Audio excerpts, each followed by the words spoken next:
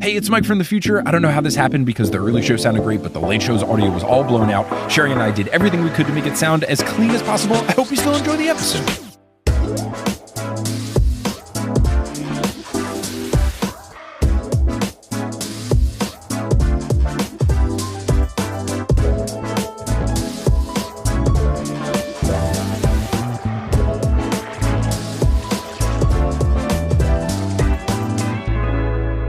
Massachusetts, what is good?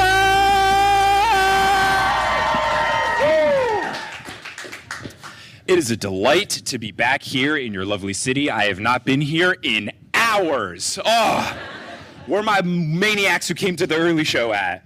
Woo! All right. So, got a very fun show for you tonight. We're going to be covering, I was going to say 2 chapters of the Heroes of Olympus books, but then, as I was prepping for the show, they're really long. So, at least 1 chapter, and some of the next chapter, depending on how it goes and how many tangents me and my guests go on. But we will see. But at least 1 chapter, I can promise you that, and I can also promise you a good time. So, we're going to have a blast. It's going to be a wonderful time, and a reason we're going to have a blast is because our guest is a fantastic person, someone from the local area. Give it up for Braintree, Massachusetts' own Liam Crowley!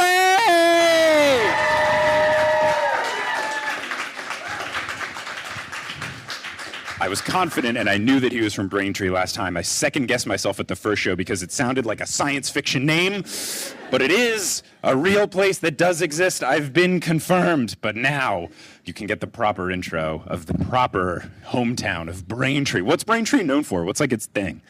We had a robbery happen a long time ago, and the only reason why I know Braintree's known for it is because it was brought up in one of my college forensics classes. Oh. And I was like, what is Syracuse, New York knowing about Braintree, Massachusetts? Other than that, I think we had one of the original Dunkin' Donuts. Oh, so okay. The first one was in Quincy. My mom is from Quincy. That person's from Quincy. Shout out Quincy. We love Quincy. Fantastic. Well, we are going to be covering, as I said, at least 1 and part of another chapter of the Heroes of Olympus with our new narrator, Frank, who I'm very excited about. I was wondering who the narrator is going to be. Then it became a little more clear, and now we get some really fun Frank chapters to open up his introduction to us. So before we get into those chapters, though, it is now your, I think, 4th time on an episode of the News Olympian, which means we got to ask you the question, which is, what's your fatal flaw? As long as you're okay with us sharing it and it's not too personal. Ooh, well, at first when you said 4th time, I was like, do I get a jacket or something? Like 5 Timers Club on SNL. My fatal flaw, I was thinking about this before we started because I wanted to give like a decent answer. I would say indecisiveness. Is that considered a fatal flaw?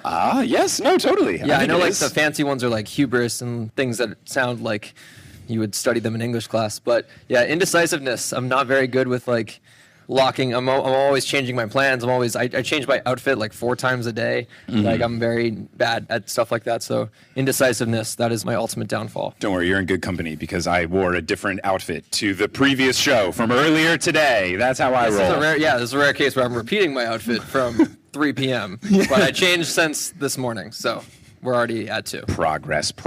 Yeah, oh my God, what am I at? I guess this is my 3rd, and then I do have clothes to wear after the show, nice comfy clothes to wear home. So I'll be at 4 for the day as well. But it's okay, because I worked today. So, these shows are a ton of work. We're going to talk about Chapter 9, which is called Frank. We're going to retitle it, though, obviously. But the first thing I wrote in my notes was just Frank, in all caps with an exclamation point, because confirmed, Frank is our narrator. I didn't know, and then it kind of became clear because Frank kept showing up, and nobody else was really stepping to the plate. But we've got Frank as the narrator, and I'm very interested. I have intentionally not read the back of the book yet because I know the back of the book says stuff about each of the narrators because I looked at the back of the Lost Hero book and it says that, and I'm just intrigued to see what it says about each of them. So I will wait until I'm like a farther chunk in, just because I know the back of the book sometimes can spoil stuff. Like I'm pretty sure the back of the Lightning Thief is like, Percy's dad is Poseidon. I'm like, you don't learn that until like chapter 7. Whoa! Oh!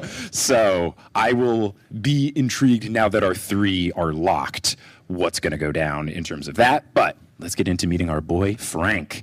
Now, where we last left our heroes, we had the team having dinner, and Frank was telling Percy that he thinks they're going to lose the next set of war games, and Percy's like, I got this, and Frank's like, no, we're going to lose 13 times in a row. Let's do it. So Frank, though, decides that we're actually going to have a big flashback this chapter, because the opening line is, quote, as he marched to the war games, Frank replayed the day in his mind. He couldn't believe how close he'd come to death. And I feel like this is the third chapter in a row where I was like, oh, the war games are going to happen. It was like, oh, they're going to happen. It's like, actually, dinner first. It's like, okay, fine, dinner. Yeah. The war games are going to happen. Frank's like, actually, I'm going to tell you about my backstory. And then the beginning of chapter 10, it's like, all right, the war games are going to happen. And Frank's like, what about a different flashback?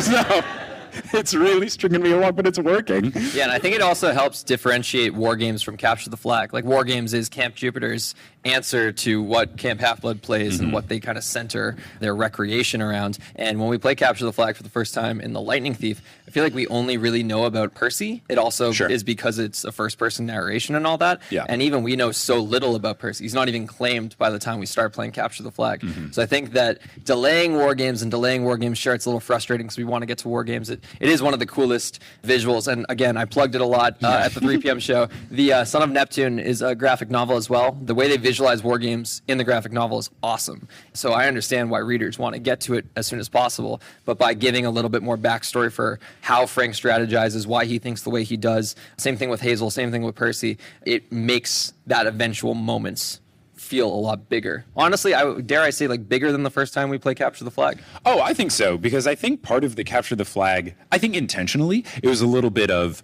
Percy is thrown into the situation of like, oh my God, things are happening. I'm learning how to sword fight. What's going on? My dad, who's my dad? What's this? Oh, someone's bullying me. Now I got to be in Capture the Flag. I think part of that is like the thrash around nature. In this one, Rick knows that we kind of know what's up. And I wouldn't be surprised if a little bit he's like, what if I just strung him on a little bit longer? Like, he knows what he's doing, but I think it's working. So we're getting this flashback. The flashback is to sentry duty before Percy even arrived. Quote, Frank had almost told Hazel his secret. And I just wrote, Frank has a secret too?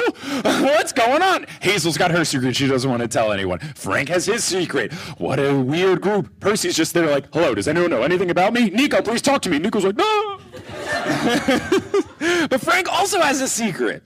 They are standing in the cold. They're watching the commuter traffic on Highway 24, and Hazel is lamenting the fact that it is so cold. She's just wishing for warmth. And then it became very clear as I read this that Frank has a big old crush on Hazel, or at least a little bit of the hots for her. And now I'm wondering, okay, we know Hazel's 13. How old is Frank? Is he about the same age? I don't know if they've said it yet. Or no, they do in this chapter. I'm just kidding. They say he just turned 16. I mean, all right, if you're a teenager, that's kind of weird, but like, once you're older, like, so, I don't know. But he at least thinks that Hazel looks great, quote, even with her armor on, she looked great. Frank liked the way her cinnamon toast-colored hair curled around the edges of her helmet, and the way her chin dimpled when she frowned. She was tiny compared to Frank, which made him feel like a big, clumsy ox. He wanted to put his arms around her to warm her up, but he'd never do that. She'd probably hit him, and he'd lose the only friend he had at camp. And not to spoil what we get ahead to in this later chapter, but like there's a lot of metaphors for why Frank can't feel warmth and why he has to avoid things like that. And it's like, I wonder, I mean, it's definitely intentional. It's always intentional with Rick, but it's cool to kind of plant those seeds of like, there are certain emotions he distances himself from because they're associated with something that would literally kill him. Yeah. So. My big takeaway, though, was cinnamon toast-colored hair is a really fun way to describe her hair color.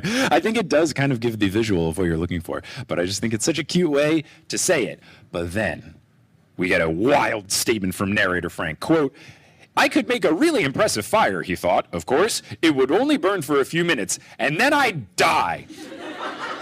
I'm sorry, Frank? You all right? What? This is your, what? So I was very confused when I read this. Frank is worried that he even considered doing it, but he chalks it up to the effect that Hazel has on him. He just wants to get her something whenever she wants. He wants to do so even if it's irrational. He wants to be her knight in shining armor at all times, like an old school knight in shining armor, but he recognizes that that is silly because she is way more put together than he is, and I think that's very cute.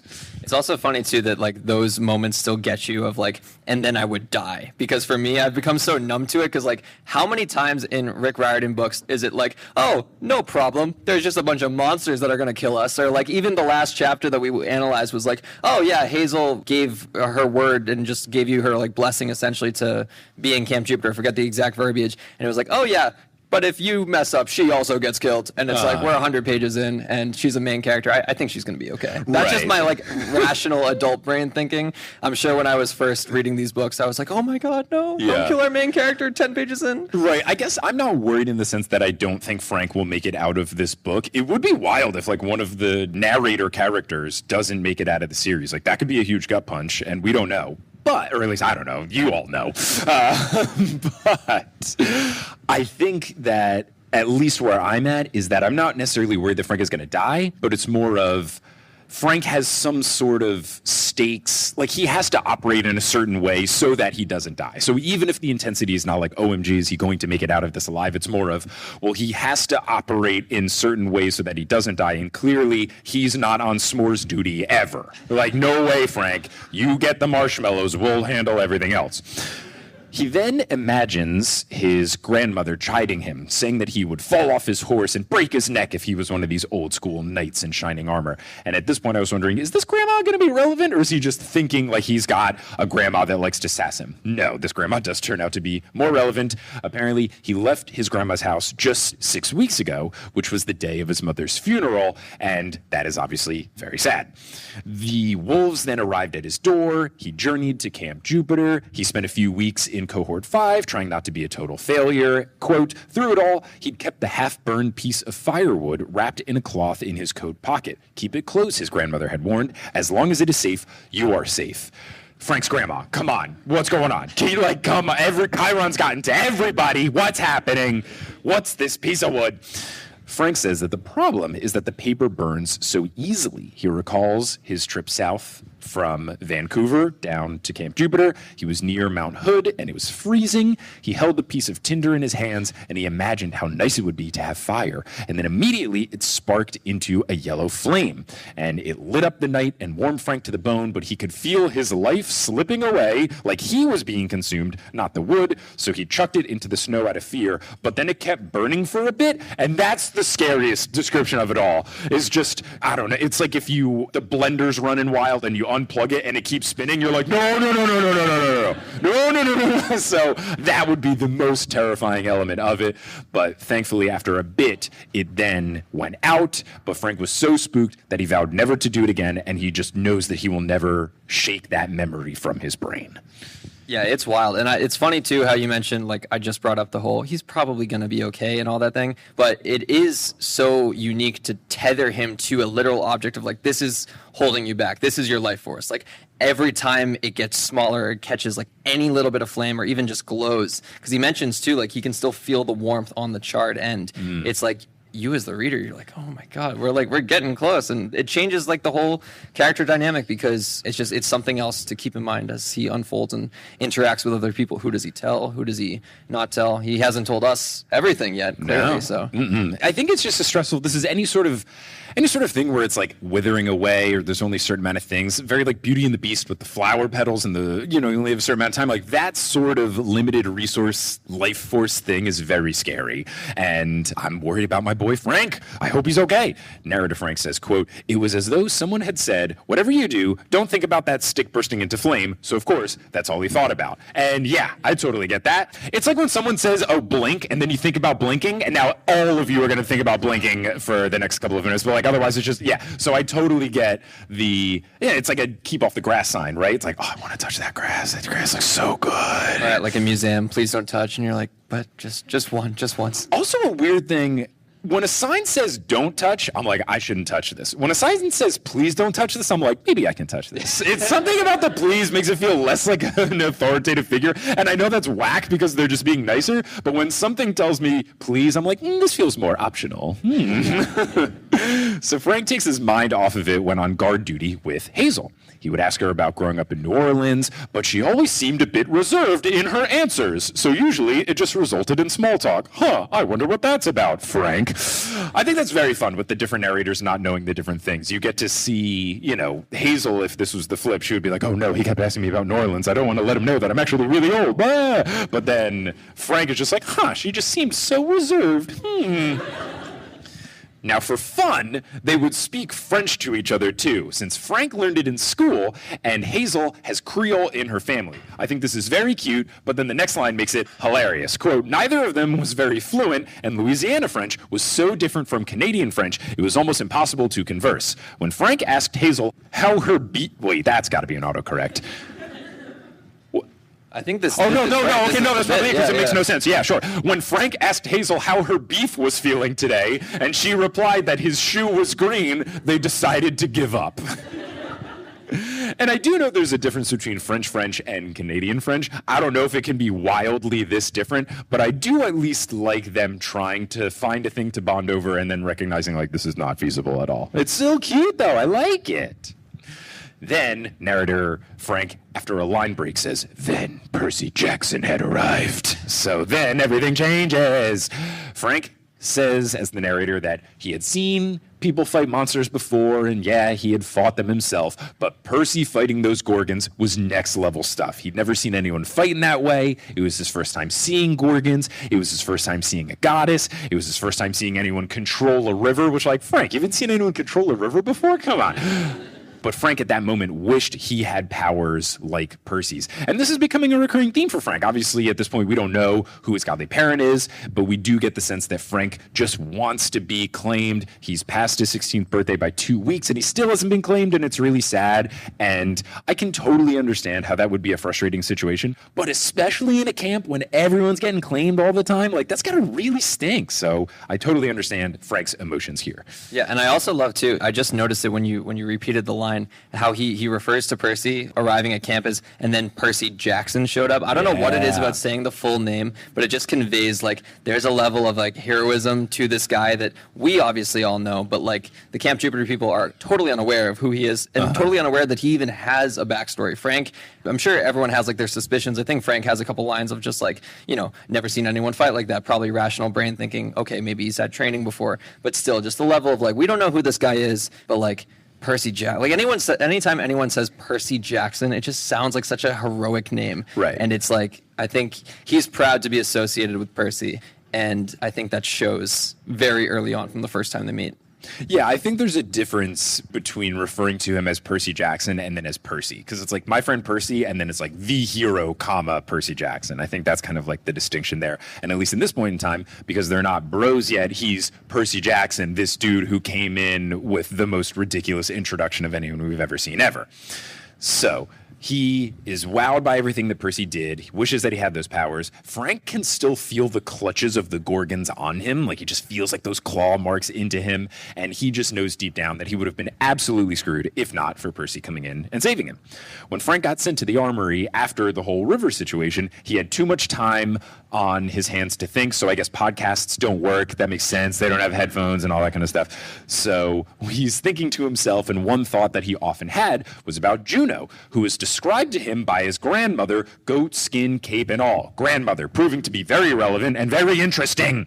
Quote, she chose your path years ago, grandmother had told him, and it will not be easy. So grandma, interesting. So we kind of have, it's interesting how, like, these backstories, we've got, like, some overlap, but not really with the three from The Lost Hero. We have Juno being a relative of Leo. Now we have Juno seemingly being well known by a relative of Frank. So there's all these different angles into how the prophecy is trying to be kept intact. We've got Nico really heavily invested in making sure Percy does his end of the thing, basically the reverse Jason of it all. So there's all these different angles coming towards the prophecy, and it's interesting to see. And I want to know, what's the deal with Frank's grandma? Who is she? What's going on? And she's like the latest character, too, that seemingly knows everything but won't tell us anything. And so, yeah, she's in the Nico camp. She's in the Raina camp. She's in the Chiron camp. They're playing cribbage on weekends. Yeah. Like, come on. They're playing Parcheesi and watching Price is Right. Yeah. Frank looks over to his bow and wishes that Apollo would claim him. He really thought that he was going to get claimed on his 16th birthday, but alas. Because 16 is a big deal for the Romans, and it was Frank's first birthday at camp, but nothing happened. So now he is hoping that he will be claimed at the Feast of Fortuna, or at least by that date. But now, according to Juno, there's going to be some huge battle that day, so he doesn't have high hopes about being claimed on that day either. He's convinced that his dad is Apollo because archery is the only thing that he's good at. And this repeated hoping for Apollo is giving me the vibe of, his dad's not Apollo. There's just too much of, I wish my dad was Apollo for his dad to be Apollo. That's where my brain is at when I was reading this particular portion. His mother told him years ago that his last name Zhang meant master of bows in Chinese. So he thinks that this was clearly some sort of hint about his dad. At this point, when she said that, though, I was trying to think of, like, okay, is it bow? But maybe, I mean, I don't think so because she would have said it to him, but I was thinking, like, is it bow, like a bow you tie on your head? Is it, like, bow, like the bow of a ship? Is his dad Poseidon? I guess Neptune? So I was trying to think if there's any other way that it could have been misconstrued, but I really, at this point, had no idea who Frank's parent would be. The only other one I could think of is, like, bow tie pasta. Who's the god of pasta? Who's the most, I guess Demeter, right? Or Gia. Oh no! Yeah, who's the most Italian person? Yeah, that would be, oh God, that'd be so funny if it ends up being Demeter. My hope is that it's Demeter because, we don't have a camper from, or at least an important one that sorry, Katie Gardner, but like not an important one from Demeter yet. So, going into this chapter, I was really hoping that he would be a child of Demeter. We'll have to see. So Frank, polishing the swords, prays to Apollo to claim him, ending his prayer with, quote, "I want to be an archer like you." And then he hears a voice say, "No, you don't." And he gets very scared and spooked makes sense because it's a ghost. It's Vitellius, our grumpy ghost friend, who before I read this chapter, I was not in on. I was like, they're trying to recapture lightning in a bottle of Coach Hedge, where it's like an annoying but endearing because they're so annoying character, but I didn't like how it was being done. 3 sentences later, you will see I'm all in on Vitellius. So I remembered, oh, right, because of the weird, like, time jumping, flashbacking nature of this chapter, this was happening when we saw in a previous chapter to get rid of Vitellius. Hazel said, oh, Frank, the probatio, is organizing stuff in the armory, and Vitellius was like, oh, no, I gotta go. So he was rushing over. That's this scene from the other side. And I think that's a fun thing with the narrators is, like, we are able to see the other sides of scenes, whereas in the Percy Jackson books, like, some stuff just happens and then that's it. We do get time jump stuff where, yeah, we can learn about something that happens simultaneously to another scene and it doesn't wreck the flow of the story. Yeah, that's one of my favorite, like, little narrative techniques to make a Marvel comparison. In Avengers Endgame, when they go back to, like, 2012 and you get different camera views of when they're arresting Loki or when Cap goes into the elevator, like little things like that, just shifting the camera around it, and it changes the whole context. And yeah, like you said too, the fact that we're able to bounce between different narrators, that's really what sets Heroes of Olympus apart from the core Percy Jackson books, is very blankly, it's like obviously different narrators, different perspectives, but when you're able to revisit the same scene with different points of view, it changes everything, and it especially makes it fun for a reread, because this is my second time reading Son of Neptune or the Heroes of Olympus books as a whole, and you just pick up on these like little nuances that you didn't notice before. Yeah, I definitely at some point want to reread them. I don't think I would do it like as podcast episodes, maybe like a bonus thing on Patreon, but like I feel like these books, especially because of Greek mythology and the little planting of seeds, I feel like they're so perfect for a reread of just seeing how early could I see when was the first seed planted. And I think that would be really fun. It seems like this series, just like the PJO books, is right to do the same thing. Then we get this description from Frank about Vitellius. Quote, his full name was Gaius Vitellius Reticulus, but the other cohorts called him Vitellius the Ridiculous, which, okay, yeah, I see it. Vitellius says that Hazel sent him to check on him, which is a lie, but he says he's glad that he came because the armor that he sees in front of him is in bad shape. Frank holds back on bringing him down a peg and shooting insults at him based on his disheveled nature and rough appearance. Good guy, Frank. Better man than me. Because if someone said I was doing a bad job, I would immediately be very defensive. Vitellius continues his initial statement saying that archers are wimps. In his day, archery was for barbarians. A good Roman would be in the mix with a spear and a sword. Quote, that's how we did it in the Punic Wars. Roman up, boy! And then Frank sighs and says, I thought you were in Caesar's army. And Vitellius says that he was. And then Frank says, Caesar came hundreds of years after the Punic Wars. There's no way you were on both of these armies. And then Vitellius goes, questioning my honor? And then tries to stab him with his ghostly blade. And at this point, I was all in on Vitellius. So fun, here for it, it's great. Narrator Frank says, quote, he ran the sword, which is about as deadly as a laser pointer, through Frank's chest a few times. And then Frank says, ouch, just to be nice. And then Vitellius looks all satisfied and sheets it. A+, no notes, fantastic. I'm all here for it. Give me Vitellius in every single chapter. Give me a Vitellius and Coach Hedge scene together. Oh, delicious. I would love it. Gosh, all in. So Vitellius continues, quote, perhaps you'll think twice about doubting your elders next time. Now, it was your 16th birthday recently, was it? And Frank confirms, but then thinks that it's strange because he didn't tell anyone except for Hazel. And Vitellius knows that that's why Frank is being such a grump. He doesn't blame Frank. He says that he should have been claimed by now. He says it's wrong that his godly parent didn't do so already, but offers up a little bit of potential sympathy and potential explanation with, quote, perhaps he thought you were younger. You look younger, you know, with that pudgy baby face. And Frank just mutters, thanks for reminding me. And it really is a recurring theme. I don't remember ever making fun of a teenager for having a baby face. You're 16. What do you mean you look young? I don't know. To me, this is a strange, I just don't ever remember in all my years of being a teenager, which there were a handful of them, I don't remember ever someone being made fun of for having a baby face. It just feels like an adult thing. I don't know. That's just me and my experience. I don't know. I think there was definitely a lot of times where like you got to high school and guys would get facial hair first. It's like, oh, you're still super young. And now it's the complete flip reverse. I don't grow my beard because it makes me look too old. And I hate when people are like, are you in your 30s? I'm like, please don't say that yet. No offense. No, you're good. You're good. But yeah, no, I think it's an adult thing. I had never picked up on that when reading it the first time, that like that was an insult, you know? Yeah. And maybe also the high school that I went to, like you had to be clean shaven. You didn't get to facial hair it. So maybe that was like more of a line of distinction of if you went to school where facial hair was allowed. But I went to a strict all boys Catholic school where you had to shave and all that kind of stuff. And then the punishment, if you're obviously I never had to go through this situation because I was late to the puberty game. But, you know, like if you got in trouble with the dean for, you know, having too much facial hair, they would make you shave in the bathroom with no shaving cream and a single blade razor, which is like torture. That's dangerous. I know. Maybe my school should be shut down. Why? Yeah, you're just going to be cuts all over the place. But like, you would also learn that lesson exactly once because, God, I can't even imagine. But anyway, Percy Jackson. So Vitellius says, yes, I remember my 16th. Wonderful omen. A chicken in my underpants. And Frank, understandably, is confused. Vitellius explains that he was changing his clothes for his liberalia near the river. It's a rite of passage into manhood. And he was about to don his adult toga. He was bathing. He was switching from his children's toga into his adult toga, you know, as we all do at some point in time. And when he was in this process, a chicken came out of nowhere, jumped into his loincloth, and ran off for it. He does immediately qualify with, I wasn't wearing it at the time. And Frank replies, that's good. And can I just say, too much information? Which, yes, Frank is handling this quite well. But then narrator Frank says that Vitellius' reply is just, and then he says, Vitellius wasn't listening. So good, but also wild. Oh, what a ridiculous situation.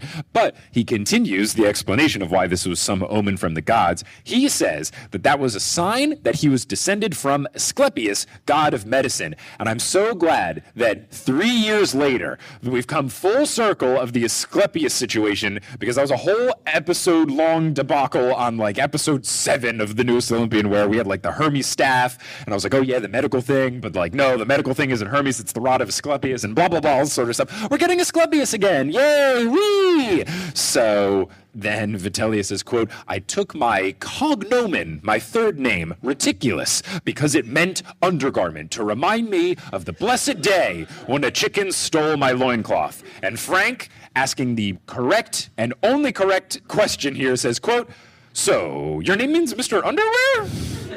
And in response, Vitellius says, praise the gods! Yes, yes, yes. I'm all in, especially as a big fan of Captain Underpants. Loved those books as a kid. I'm all in on Vitellius, a.k.a. Mr. Underwear, and his full embracing of like, yes, this is a sign of the gods that I am indeed Mr. Underwear. So he says he then became a surgeon in the Legion, and he tells Frank not to lose faith because maybe his father was running late. He says not every omen will be as clear as a chicken stealing your underwear. And then he says, I once knew of someone who got a dung beetle stuck in, and then Frank just goes, thanks, Vitellius, and stops him exactly there.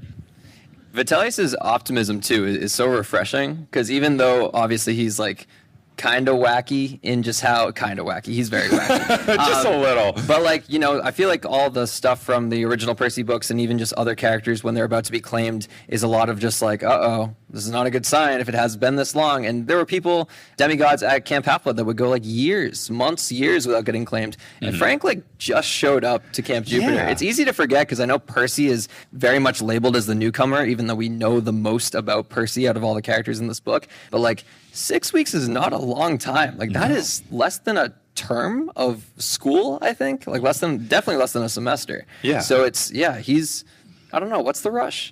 Right. It is interesting to think of like the new guy and then the new guy. It doesn't seem like Frank has any sort of bad blood towards Percy of like, oh, I'm supposed to be the new guy, now he's stealing my thunder, which is good. But yeah, he is so new. I wonder how many other people on Probatio there are. Like, how regularly is this an occurrence? Is Frank one of a bunch? Is he the only new guy? Is it rare that people came back to back? Makes me want to know like the nitty-gritty details of how Camp Jupiter operates. But then Vitellius goes, and the Gorgon's blood? And Frank just freezes in place because, again, he hadn't told anyone this, so he's wondering, how does Vitellius know all this stuff, and why was there no segue into this question? But he thought that only Percy saw him pocket the vials in the river, and I'd forgotten about that. That was a thing that happened previously in the, entrance to Camp Jupiter chapter. And Vitellius says that he's a healer, so he knows the legends about Gorgon's blood. He asks to see the vials, and I was remembering again, oh, right, the Gorgon said that thing about their different sides. Blood from one side heals, blood from the other side kills. And at the point when they said it in that chapter early on, I was like, this feels very specific and really early for this reveal. It must come up later. And now we're here. It's back. So we know about these things. And narrator Frank says, quote, spoils of war were often left behind when a monster dissolved, sometimes a tooth or a weapon or even the monster's entire head. Frank had known what the two vials were immediately. By tradition, they belonged to Percy, who had killed the Gorgons, but Frank couldn't help thinking, what if I could use them? And this has big energy of if you're playing any sort of video game where after you defeat the enemy, you can loot them. I've been playing a lot of Baldur's Gate 3, and it just reminds me of like, you defeat the thing and you loot, and it's like 2 vials, and they look the same, and then the description's like, one of these will kill you, and one of them will heal you, and you're like, damn it, Larian Studios, tell me which vial I need! This is also every game of Fortnite ever, if anyone plays Fortnite. Like, I'm too old, do tell! When your teammate kills someone, they, unwritten rule, get the loot. Oh. But if you are closer to the person they killed and you scoop up their stuff, that's when you get arguments on the headset. Oh, man. They say violating the code. They kick you out of the party, too. They're like, drop that loot. That's my loot. That's not there. And so Percy, though, I don't think he's that kind of guy. No, and we'll see that he is like almost the exact opposite of that kind of guy, which is awesome. So Vitellius confirms that yes, right side blood cures any disease, and it can even bring the dead back from life. And I didn't remember if the Gorgon said that or not, but that is very powerful and can become very tempting if it got into the hands of a Nico. Obviously, we know how he feels about Bianca. Like, there's a lot of things that could happen there. But then the left is an instant kill. Vitellius asks, so which one is which? And Frank says that he doesn't know because the vials are identical. And now we have a proper conundrum. I feel like I'm in a riddle. Which one of the vials tells the truth and which one of the vials tells the lie? But to bring it back to the previous episode, I guess, right? Even though people in the front row now. A couple of hours ago. People listening after the fact know. The whole Bianca situation with Elysium, like she's back.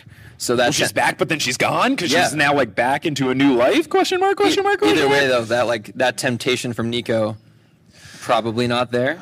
But maybe it's like, I don't know if this gets introduced to Nico. And I'm genuinely being vague here, not because I know anything. I completely forget if this gets brought up. But like that temptation is not there. So even if he's presented with the idea, he has been forced to move on. Right. So it's unique. Yeah, we'll have to see. Now, this following exchange is so good that I had to just put it in verbatim quotes and all with the narrator and everything. Ha! But you're hoping the right vial could solve your problem with the burned stick, eh? Maybe break your curse? Frank was so stunned, he couldn't talk. Oh, don't worry, boy, the ghost chuckled. I won't tell anyone. I'm a Lar, a protector of the cohort. I wouldn't do anything to endanger you. You stabbed me through the chest with your sword. Trust me, boy! I have sympathy for you, carrying the curse of that Argonaut. The what? And then Vitellius waves away the question. So good. He tells Frank not to be modest. He says that Frank has ancient roots, both Greek and Roman. It's no wonder Juno.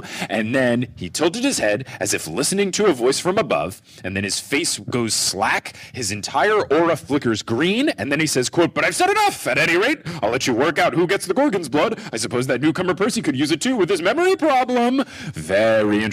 So obviously that reveal, very interesting, but also like, what the heck? The curse of that Argonaut, then okay, the only Argonaut I know is Jason and the Argonauts. So I don't know, maybe there's some tie to the OG Jason. Is he a descendant of one of the Argonauts? Is he a descendant of Jason? Like, what does he have to do? That would make sense of why Juno's in the mix, because we know that Juno had that relationship with the OG Jason, so that gets messy. Then he's about to say something about Juno, and then he freezes into place. Feels like Juno's pulling some strings. Like, this whole interaction was funny, and then had me going in like 12 different directions of like, what are the implications aside from the humor? Wild. The first time I read this chapter, I remember like the Once Upon a Time in Hollywood, DiCaprio, like, ooh, when Argonauts came up, and I had no idea what it was. I just knew that was like an important word. I knew Jason and the Argonauts. I didn't know the story. Right. I didn't know the lore. I was just like, oh, that's something. It's that movie with the claymation skeletons. Yeah. I didn't even know that. It was like, I think it's the first one of the earliest uses of stop motion, right? Oh, okay. Yeah, so it's like old school skeletons, and like, it looks like kind of cheesy, but also when you realize it was made like way back when, you're like, that's pretty cool that they were able to figure that out. So Frank, of course, wonders what was Vitellius about to say, but he has the feeling that for once in his experience with him, Vitellius will actually keep his mouth shut. So he looks at the vials and then realizes, oh my goodness, I didn't even think about Percy using them. I had only thought that I wanted to use these for myself, but then, because Frank is a good guy, thinks, no, Percy should probably have these. He's lost his memory. He could use the good one to cure any disease, and his memory loss could be included in part of that. So I already like Frank. I like that Frank's instinct is, I'm being a little selfish, even though Frank's gonna die depending on whatever happens to this Tinder thing, and it might not even be his fault, but he's thinking, no. Sure, I might die, but this guy can't remember what's going on with his girlfriend, in quotation marks, so he should probably drink the vial. He's a good dude. I like Frank. I also appreciate how he's forced to have like peripheral vision on this whole circumstance, because like he wasn't even thinking about Percy for the vials, and then as soon as he's told, oh, it could help Percy, then he's forced to have that kind of hero conflict of, do I save myself or do I save my friends? Right. And that's Percy's fatal flaw, is it not? Yeah. So that's where we're at. And it's also very fun that this like significant plot implication reveal was the offhanded comment of Vitellius right before he shuts up. Like, just a throwaway line from him, actually huge implications.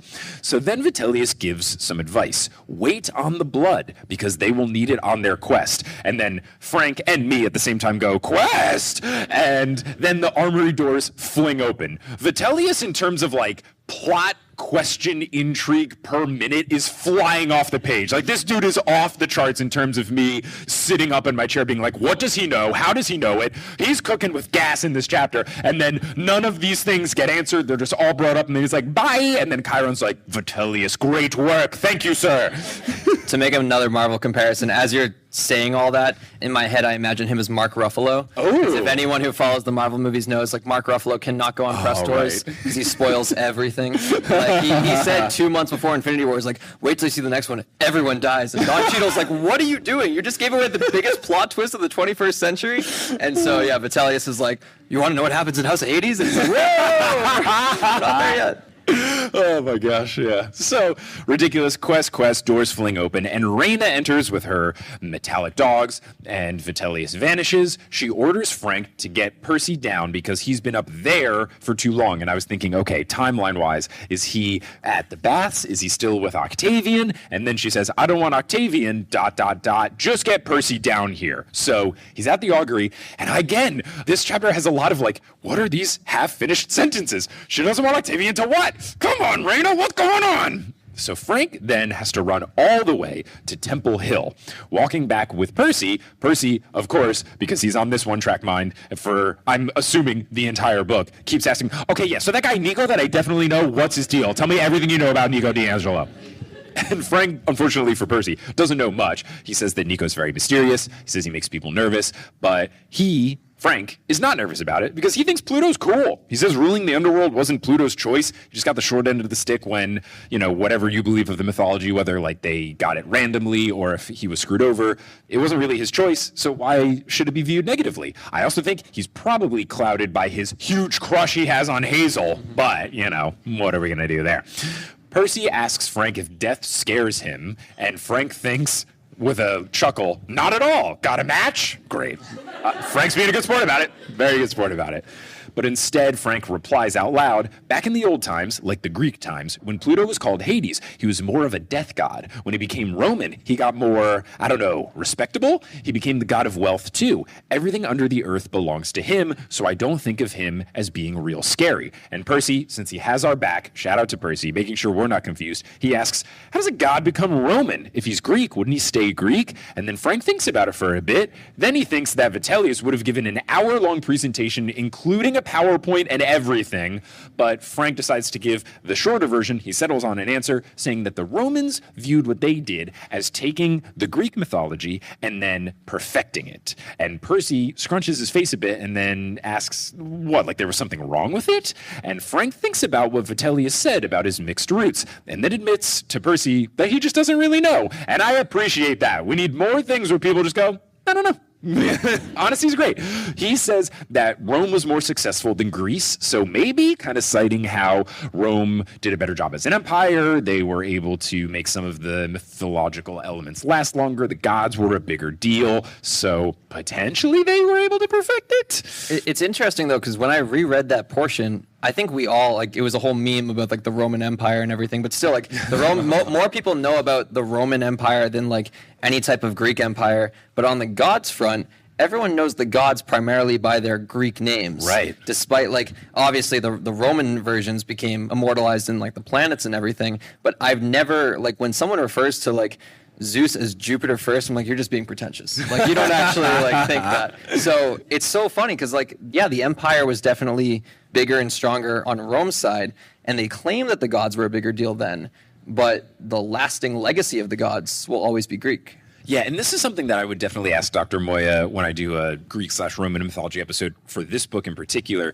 is was it something where maybe the Greek stuff was there originally, maybe the Romans did popularize it, but then as time went on, people learned, the Romans just kind of stole and copy-pasted this from the Greeks, and then maybe people went back to the original and then learned about that, knowing they came first, and then that got popularized later on. So maybe, they wouldn't have gotten as big if the Romans hadn't done it, so maybe, weirdly in a roundabout way, they are still to credit, and maybe they are more successful, but I totally agree.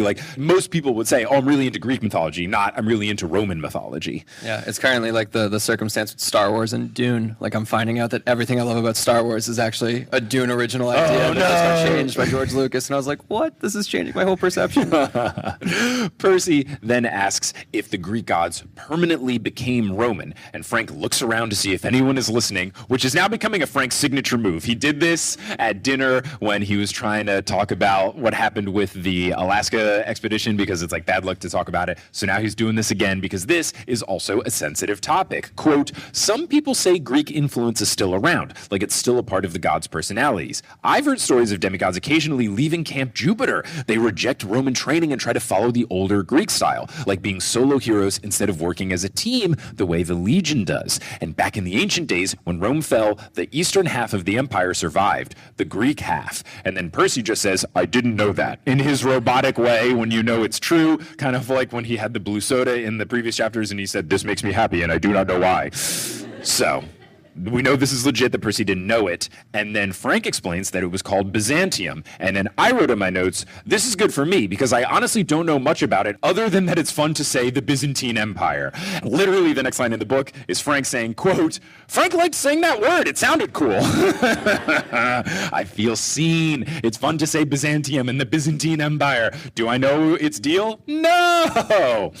So he explains to Percy, quote, the Eastern Empire lasted another 1,000 years, but it was always more Greek than Roman. For those of us who follow the Roman way, it's kind of a sore subject. That's why, whatever country we settle in, Camp Jupiter is always in the west, the Roman part of the territory. The east is considered bad luck. Now, this is probably a very convenient retcon from Uncle Rick, but I will absolutely take it because it's fun. And why not? It's not hurting anybody, yeah? I think it's fun. I don't even know if it's a full retcon, because don't they establish in the original Percy books, like, it's bad luck to go to the west, and Mount Osiris, I believe, is the Titan. Yeah, the mountain. authoress. Yeah, And you're right. Maybe Rick knew that from the beginning, or at least like pretty early on, because I guess as early as Titan's Curse, that would be established. Maybe book 4, but yeah. And I don't remember, obviously in Lightning Thief, they do go west. They go to California and all that. Right. And I don't think they said anything about bad luck around then. The but only definitely around thing- Titan's Curse, things started to get a little wonky. The only thing I would think in the Lightning Thief is just because the underworld was in Santa Monica / Los Angeles, so I think that's the only thing there. But yeah, I don't think it was established as early as Lightning Thief. By book 3, he probably had this set, even if it wasn't these particulars. I think it fits in nicely, and I think it's fun. I enjoy watching Rick kind of figure things out and see like, oh, where can I fill things in? What can I make the Roman stuff? Like, sure, this person's got a brother, this person's got a sister, you just didn't know about it. Like, yeah, sure, whatever, it's fun. Who cares? It's fun. It's a book. It's children's books. Come on, it's fun. Let's have fun. Let's have fun. So Percy then frowns and goes, huh. And then Frank can't blame him for being confused since all of this stuff is wild and confusing. And then they reach the gates. Frank says he's going to take Percy to the baths to get him cleaned up. But first, he wants to talk about the vials. And I feel like Frank and Percy, and we'll see in this conversation that they're like very on the same page, but they're both very direct. And I appreciate that. They are not the type to keep something in and wonder like, oh, should I tell him? Well, like they're very much like they worry about it for a little bit and then quickly decide like, no, the right thing to do is to tell them. Percy does that. Percy asks questions right away. Like, I appreciate their dynamic a whole heck of a lot. So I thought this was good. Yeah, addressing the elephants, which is appropriate because elephants are involved in war games. They're going to show up? No, but like seriously, right when you said that, it really like went off in my brain of like, this is why they make such a good pairing that we've only seen so far with what we've read, of course. But still, they're a good dynamic because of that reason of like the proactiveness of let's address all the different variables we have. And I think, yeah, that just kind of helps them work as a pair and eventually work as a trio with Hazel as well. Yeah, I think it's really good.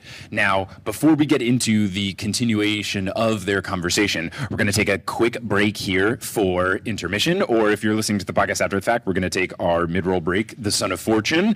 So let's all say goodbye to the podcast people. Goodbye, podcast people! Hello and welcome to the Son of Fortune Shubio edition. I am back here in the Shubio after an extended time in Texas for the holidays. I hope you all had a wonderful holiday season. Thank you to everyone who came to the 2 live shows we did in Texas. I'm very appreciative. Thank you to everyone for having the patience of me taking last week off since December was a 5 Monday month, but we're back and the show's going and we've got a lot of stuff going on with the show. So let's talk about some updates. First up, this episode's dropping on January 6th, meaning that our next TNO live show is less than 1 month away. On February 1st, we will be in Hartford, Connecticut for a TNO live show. And then there's some other shows in February. We'll be in Baltimore on February 9th. We'll be in Richmond, Virginia on February 23rd. And then there's a bunch of other shows throughout the first half of 2025 on the books that you can get tickets to right now, including Houston, a whole bunch of Midwest shows, Montreal, Buffalo. You can get tickets to all these shows at thenewestolympian.com/live. But the Hartford show is going to be really fun. Going to be joined by the folks from Monster Donut, and that's a TNO only show. Baltimore is going to be a blast because I will be joined by Sherry Guo, and that's a half TNO, half Potterless show. And then Richmond, I believe the guest will be Johnny. We're still figuring out the details there, but that's another half TNO, half Potterless show. So February's got some fun stuff ahead. I hope to see you at the shows. And if you can't make it to the shows, you can still see what happened at these shows on Patreon. So what I've been doing for a lot of these live shows is propping up my camera on a tripod and then putting that video up on the Patreon so the folks can see that. And I've usually been doing it days, if not weeks in advance of the actual episode coming out. That's also the case for this episode. If you want to see how this second Boston show went, you can go to thenewsolympian.com/Patreon, and it is available for all patrons. Now, earlier I mentioned that we took a week off for it being a 5 Monday month. And when we take a week off, I donate money to charity. For every 1,000 downloads that TNO gets in between donations, I donate $1 to a different charity. So since the last time we donated, there have been 700,000 downloads of the show, meaning that we'll be giving $700 to a new charity. And the charity that I have chosen for this time around is the Marsha P. Johnson Institute. It is a fantastic organization that supports trans folks, specifically Black trans women.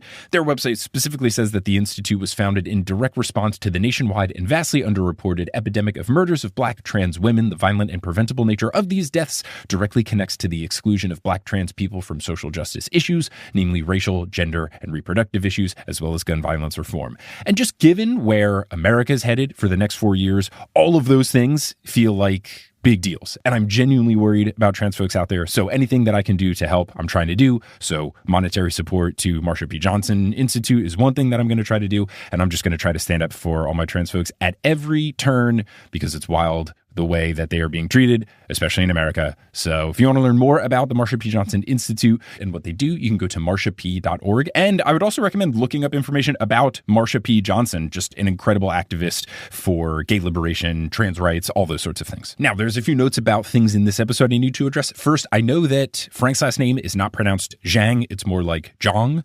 I got that feedback after the first episode where I said his last name was released, but I'm very far ahead of the podcast, like weeks and weeks and weeks ahead. So unfortunately, sometimes I learn things and then that mistake comes through a little bit. Also in this episode, I said that the Jason and the Argonauts movie is one of the first examples of stop motion in film. That's not true. It's one of the best uses of stop motion and live action together. I don't even know if it was the first, but it was one of the landmark, whoa, this actually looks good moments in film. If you haven't seen the scene, just YouTube it. It's awesome. Just search like Jason and the Argonauts skeleton fight. It rips. Another thing that came up in this episode is something that I had alluded to in a previous episode where I was wondering about Frank's parentage. And I was like, oh yeah, well, it's got to be a male god because he says he's got a mom and doesn't know his dad is blah, blah, blah.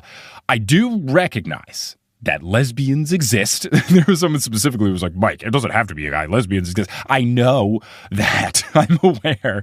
I was more operating in the space of, we have not seen a gay parent couple of demigods yet in the books. So I was just looking at it formulaically, not necessarily how society can and should work. I would love it. Gosh, I would love it if the demigod with gay parents comes up into the books. That'd be fantastic representation. But I'm the type of person who is just trying to guess correctly what happens next. I love trying to guess what happens next. And specifically in the Riordanverse, we have only seen straight parent couples with the demigods. So that's why I was trying to narrow it down. I would love it if his mom was Demeter and then his other mom was immortal. That'd be cool as hell. I just haven't seen that yet in the Riordanverse, and I really hope I get to see it at some point. That would be super cool. Anyway, mention the Patreon. We're getting back into making more stuff for the Patreon. Took a little bit of a break for Christmas stuff, but got that video up. I'm putting up a new bonus episode. Going to be doing more director's commentary. Kelly and I are getting on top of shipping out the stickers and the pins and all the other stuff that you can get as perks. But I want to give a shout out to the folks who have joined the Patreon most recently. So shout out to our newest Super God tier patron, Arcanix. Shout out to our newest God tier patrons, Vic Chip, Morgan, Ali Lee, and Aaron. And shout out to our newest demigod tier patrons, B. Meaty, Joe, Michael, Abby, Steph Winter, and Julia Schoenthaler. Also, I saw that like half of those new patrons were gift patrons, so that's really cool. Shout out to people who did last-minute Christmas shopping by gifting people Patreon access. But thank you all so much for your support. May Poseidon bless you that your water bottle is full when you're thirsty and you don't have to get up and then go over and fill it up with water and all that kind of stuff.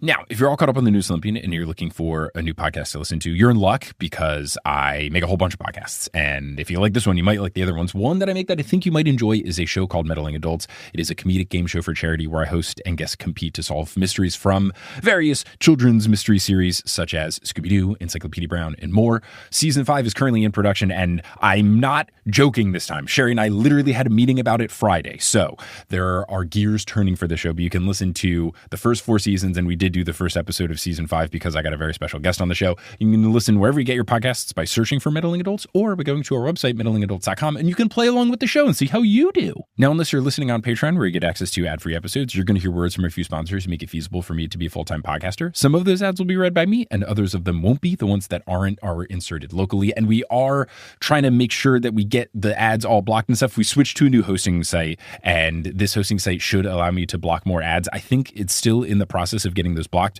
so if some stuff sneaks through like gambling, that's the reason, but we're going to try to get all that stuff blocked. But the locally inserted ads won't be read by me. And if you're listening in Pakistan, you might hear an ad in Urdu or English. Both are official languages, according to the internet. But once those ads are complete, we'll get back into this episode of the newest Olympian. Let's keep talking about this book, and then let's get into Q&A. Alrighty, we're going to continue where we left off, which I will find in my notes. Oh, right, yeah, Frank and Percy being direct boys to each other and stuff, and talking about vials. Yeah, we love a good vial chat. Okay.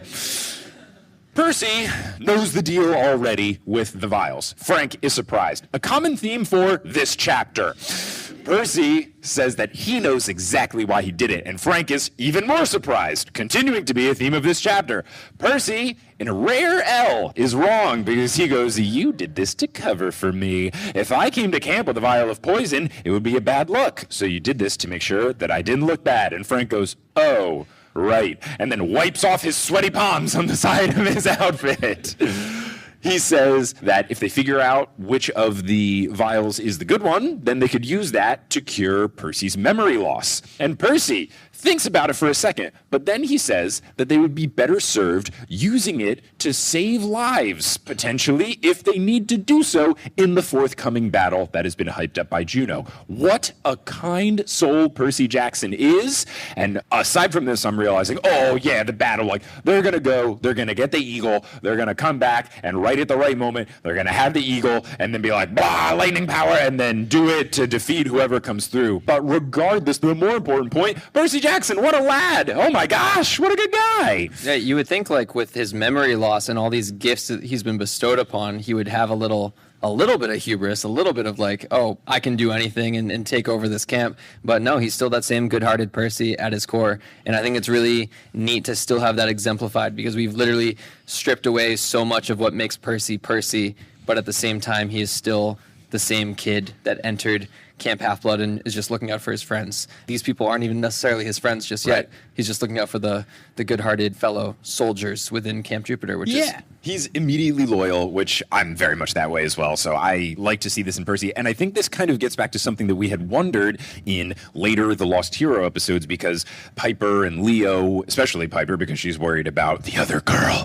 She's worried what happens when Jason gets all of his memories back. Is he going to be a different person? And I had thought that, no, I don't think he's going to be a different person because it seems like his memories are gone, but not his personality. Like he's still that person at his core, but, you know, he just can't remember all the key details. We're now seeing that that is looking pretty much like that would be the situation for Percy, because as you just said, he doesn't remember stuff, but at his core, like this is still Percy Jackson. This is the Percy we know. Percy, if he was presented with this situation, this decision to make in books 1 through 5, he would be saying the exact same thing. This is the guy we know. So that gives me a lot of confidence that the Jason we've met in The Lost Hero is actually Jason. He's not going to, you know, get his memories and be like, actually, I'm a huge jerk. Sorry. So I believe that Jason's going to be okay. And the reason is because Percy's okay. He's still that same guy, which is good. But it is also interesting. Something else you said made me think that Percy, unlike Jason, really is not all focused on getting his memories back. He's, of course, bothered by it, but not nearly as much as Jason is. And I don't know if that's a personality thing. I don't know exactly what the reason for that is. I'm just identifying that Percy seems less concerned with the memories, except for the Nico thing, because he really can't shake. How do I know this guy? But other than that, he seems kind of more invested in the present, whereas Jason, the present quests seem more like an annoyance where he's like, oh, I guess I have to figure this out, but really I'm only doing this so that Hera will give me my memories. Yeah, I think it stems from the confidence thing we talked about in the previous episode, where Percy's confidence is so much just in like who he is as a person, while Jason's confidence relies on his experiences and being familiar with everything he's done leading up to that point. And I think what we said in the previous episode for people who weren't here at the 3 o'clock show was that Jason has essentially always had kind of the stars aligned for him. Like he was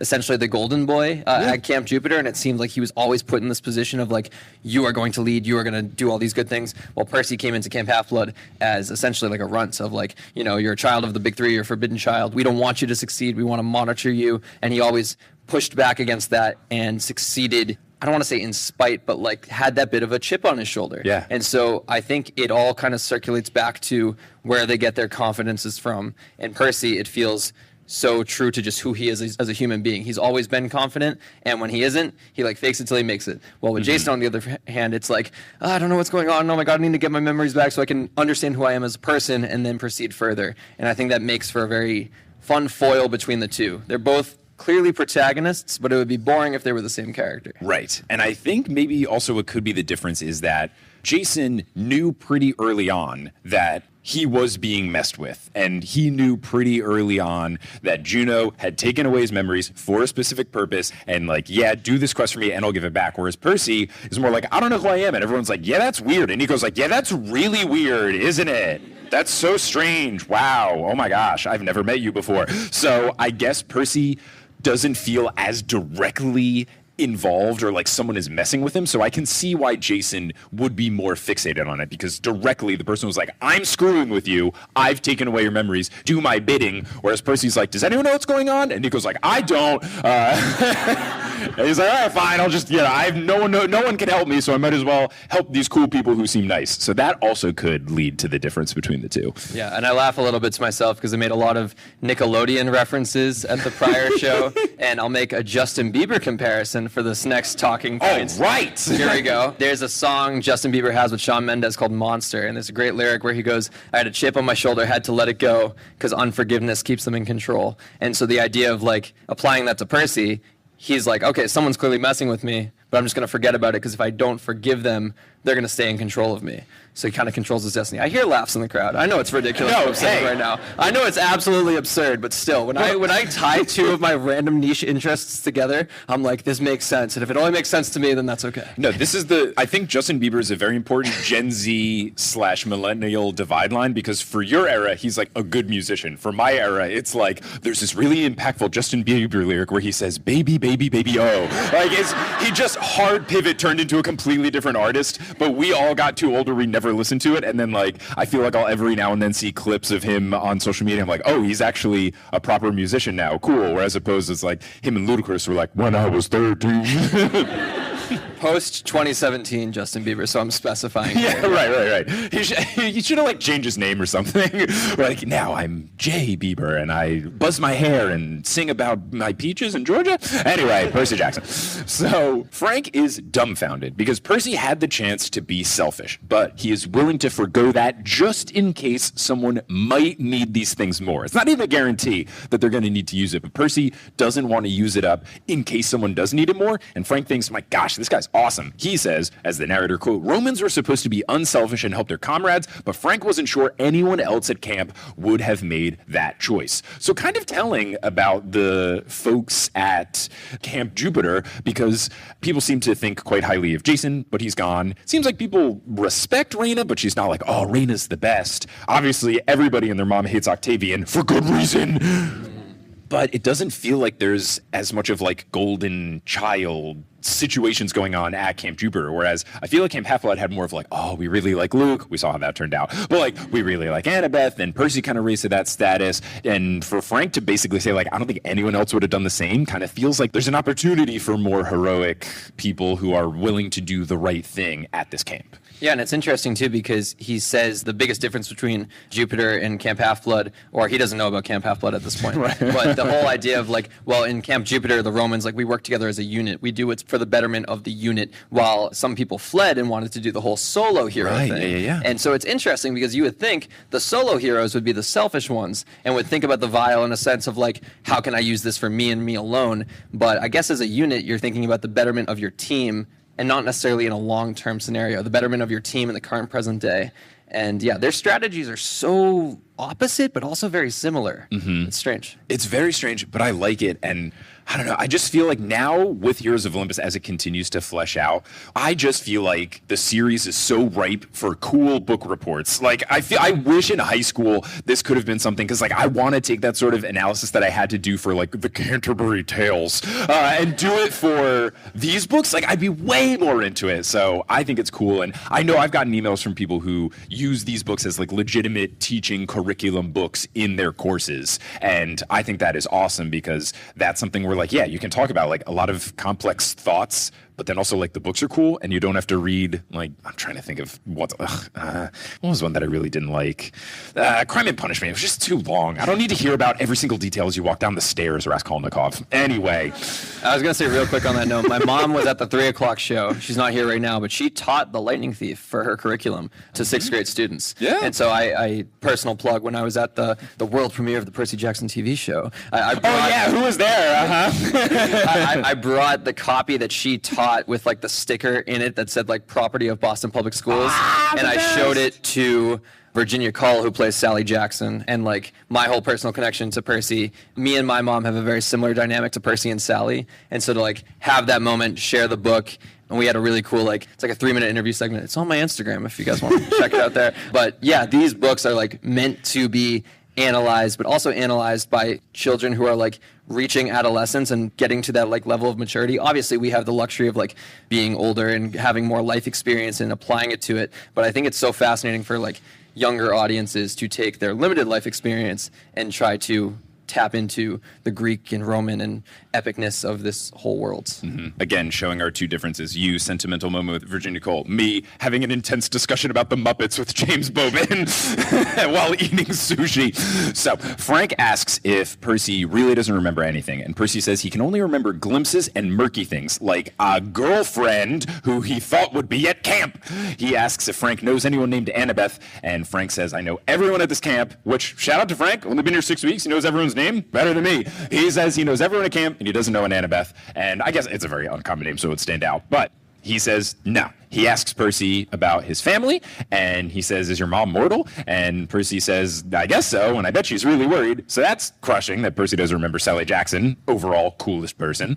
And then Percy asks if Frank gets to see his mom often, and Frank reveals that she passed away. And then Percy's immediate response is how, which I don't have a lot of experience with grief. I'm very fortunate that I haven't had like a major, very close family member, pass like. I don't know the right question to ask, but I just feel like Percy just immediately going, how, is not the right way. And then Frank actually does teach us, and I would love to talk to more people about this to know like if what he's saying is what everyone's experience is, because I'm sure different people are going to feel different ways about it. But Frank's okay with it. So narrator Frank says, quote, usually Frank would lie. He'd say an accident and shut off the conversation. Otherwise, his emotions got out of control. He couldn't cry at Camp Jupiter. He couldn't show weakness. But with Percy, Frank found it easier to talk. So I like this. I like that he's, found a friend, even though it's quick. He kind of knows, I like this guy, something's here. But then he reveals how she died. And you could have had me guess 7,000 ways in which Frank's mother passed, but I never would have guessed this. She died in the war in Afghanistan. All right. Okay. I just wasn't expecting that. And then I also wasn't expecting she was in the Canadian military. And Percy begins to say, I didn't even know that they... And Frank says, most Americans don't know this. And I was like... Yep, count me in there.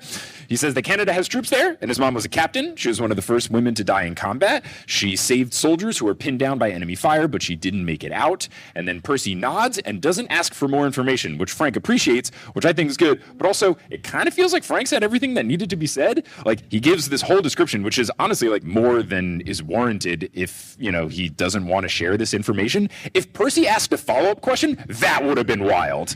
Like, oh, yeah, where'd you get shot? Like, call Percy! So... I think it's good, but I also don't know that the bar was that high. I'm not sure.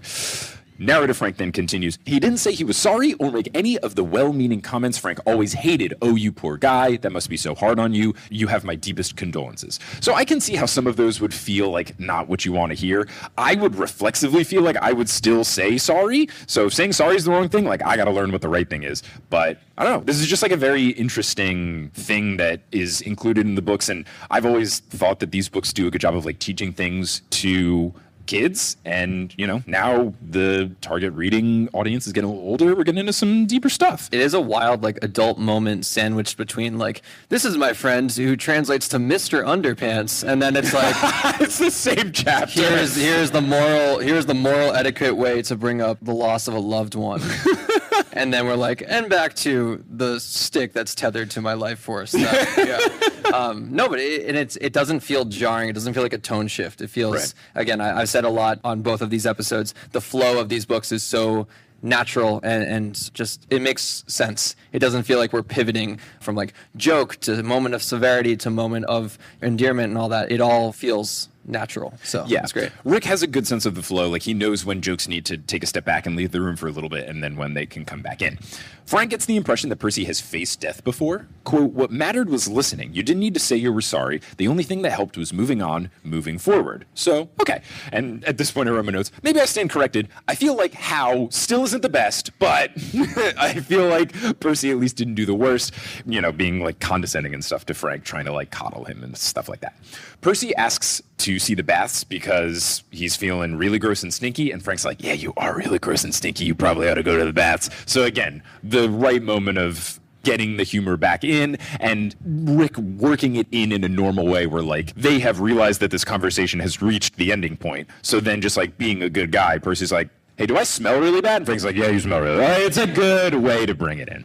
So then Frank walks Percy into the steam room, and then we get this narrator conclusion to the chapter. Quote, Frank thought of his grandmother, his mom, and his cursed childhood, thanks to Juno and her piece of firewood. So, Juno and her piece of firewood. He almost wished he could forget his past the way Percy had. So that's a very somber ending to a somberish chapter. But overall, this being our introduction to Frank, awesome. We've learned a lot. We've had a lot of seeds planted of what the heck is to come.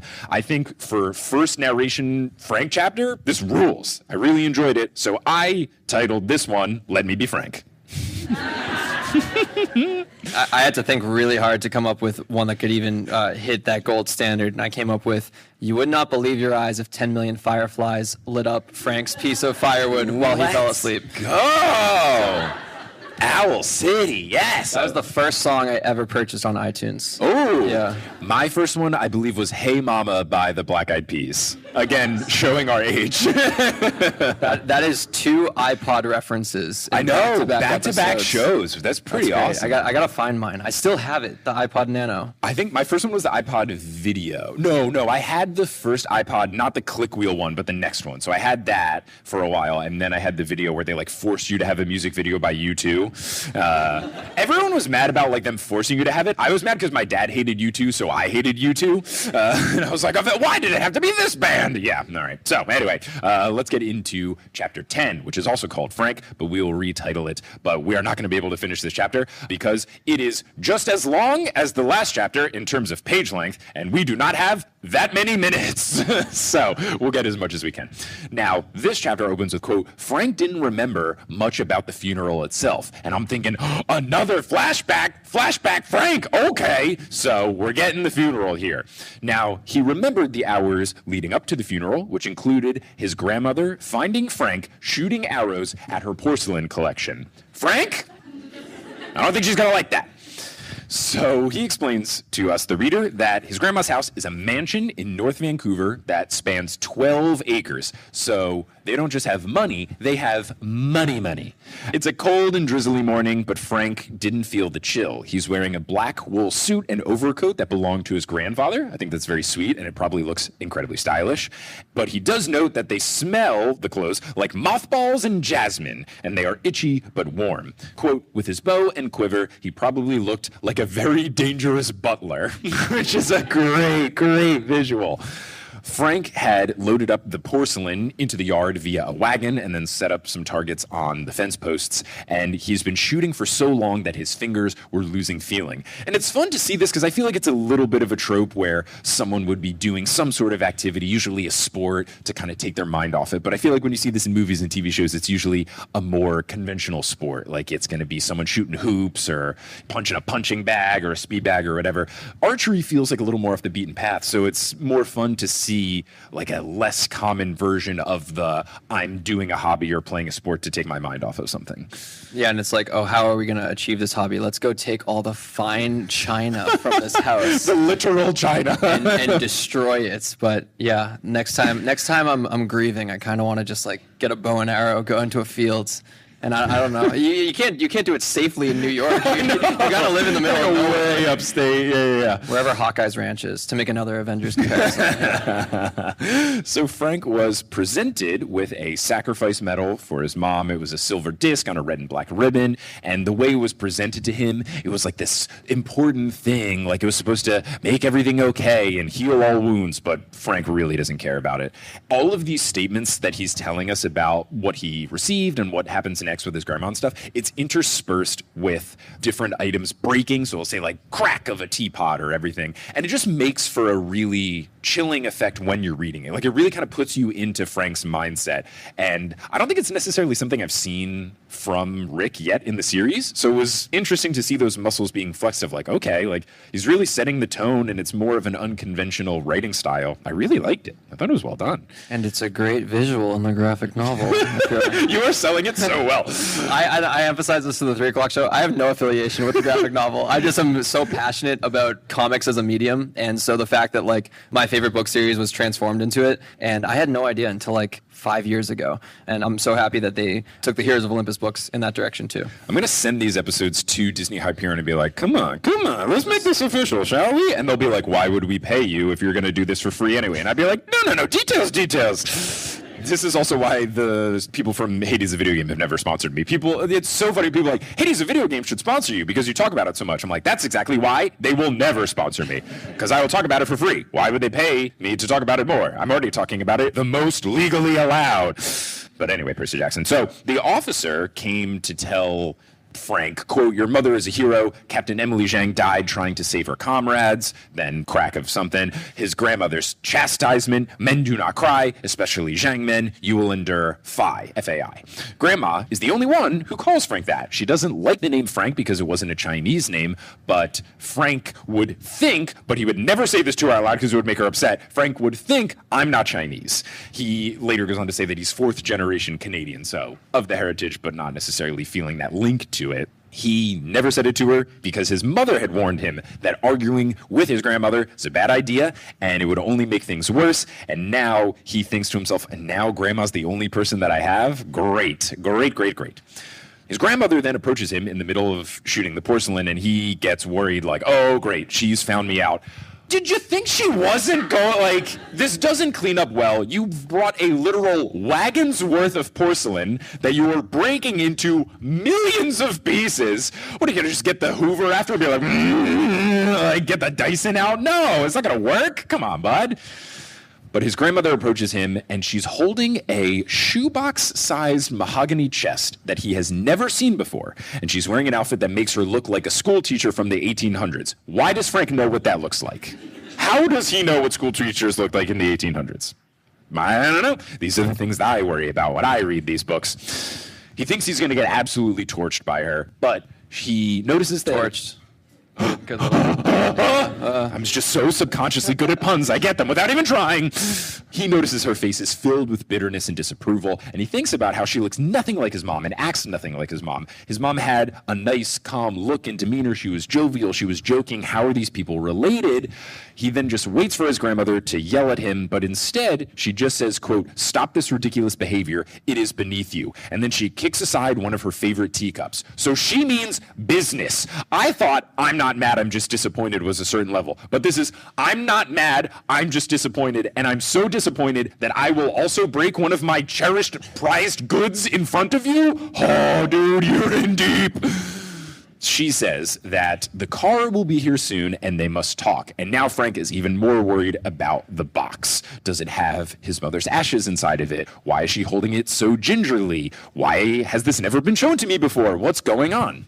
Then she calls him inside, and he sits on a velvet sofa surrounded by family photos and the vases that he couldn't fit into the wagon and calligraphy banners. He doesn't know what the calligraphy banners say because he never took the time to learn, and he also doesn't know who's in these photos. He always found the stories of his ancestry very boring, and he doesn't care even if they deal with things that might sound enticing, like how they came over and became one of the wealthiest families in Vancouver. And, okay, I understand if Frank doesn't want to know, but Grandma, what if I want to know? Can you tell me? Can there be a companion book to this where Grandma tells me the story? Because I want to know the story. Frank, ask your grandmother the story. This sounds fascinating.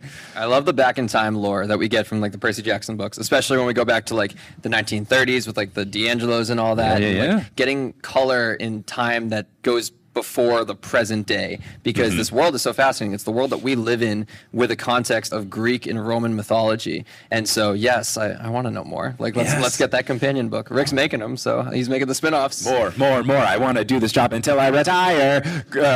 So Frank says about this quote, Frank was fourth-generation Canadian. He didn't care about China and all these musty antiques. The only Chinese characters he could recognize were his family name, Zhang, master of bows. That was cool.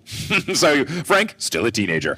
Grandma sits next to him with a stiff posture and says that his mother wanted him to have the box. She says that she kept it since he was a baby and entrusted it to her when she went to war. Quote, but now she is gone and soon you will be going too. And that's clearly this journey that he goes on to the camp.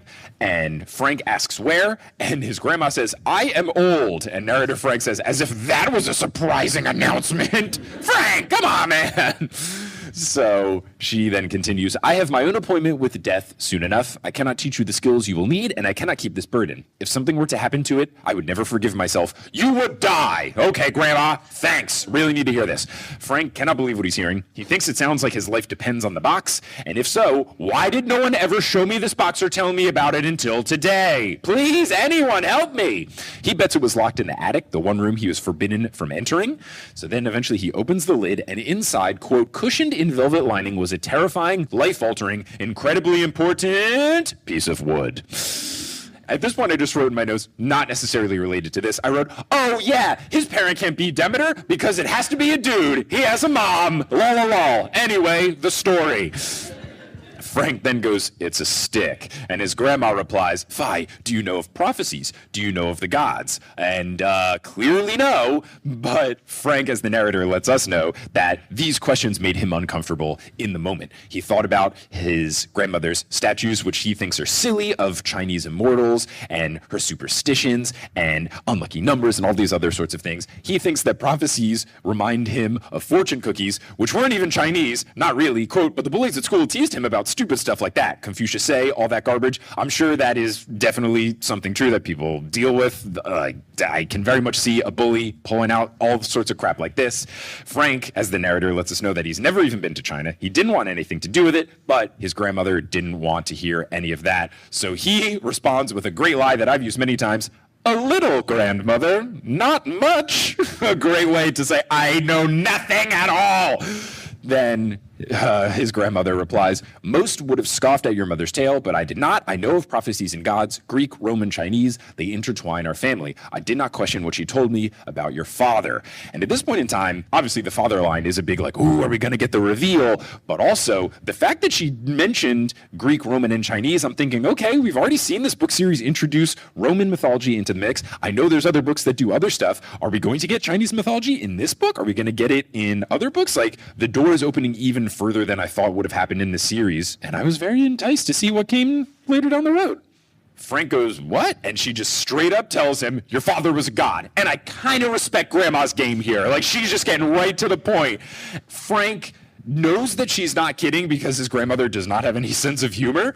So he then wonders, is she losing her mind? And his grandma can tell because she says, stop gaping at me. My mind is not addled. Haven't you ever wondered why your father never came back? It's like, do you think Frank's first thing he's going to jump to is like, oh yeah, definitely a god. Yeah, totally. So Frank is still kind of stumbling around. He just goes, he was ... and he just can't really think about it. He says he was in the army, just like Mom. He went missing in Iraq. And his grandmother goes, bah, he was a god. He fell in love with your mother because she was a natural warrior. She was like me, strong, brave, good, beautiful. Oh, so humble, grandmother. Ah. And Frank even goes, strong and brave, Frank could believe. Picturing grandmother as good or beautiful was more difficult. So he still isn't fully convinced that she's got all of her wits about her, but then he does ask, what kind of god? And she says, Roman, but then, and I was so ready for the reveal, but she says, quote, beyond that, I don't know. Your mother wouldn't say, or perhaps she didn't know herself. It is no surprise a god would fall in love with her, given our family. He must have known she was of ancient blood. And then I was back, I was like, ancient blood, what do we got? And Frank goes, wait, we're Chinese. Why would Roman gods want to date Chinese Canadians? And then grandmother gets very upset. Her nostrils flare, and she says, if you bothered to learn the family history, Vi, you might know this. China and Rome are not so different, nor as separate as you might believe. And I was like, tell me more. Okay.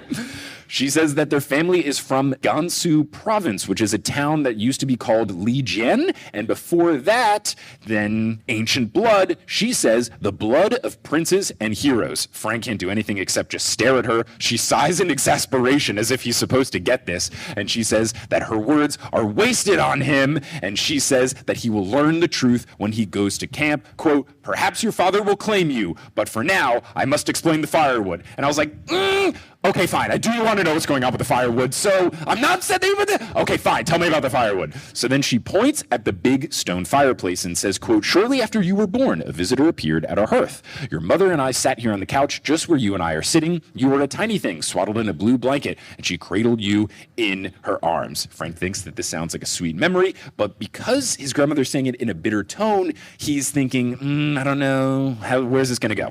She continues that a woman appeared at the fire, and it was a white woman, a, quote, guai po, dressed in blue silk with a strange cloak like the skin of a goat. And I was like, oh, no, Juno. And Frank just goes, a goat. And then the grandmother scowls and goes, yes, clean your ears, Fai Zhang. I'm too old to tell every story twice. I was like, oh, maybe I'm back in. Grandma's fun.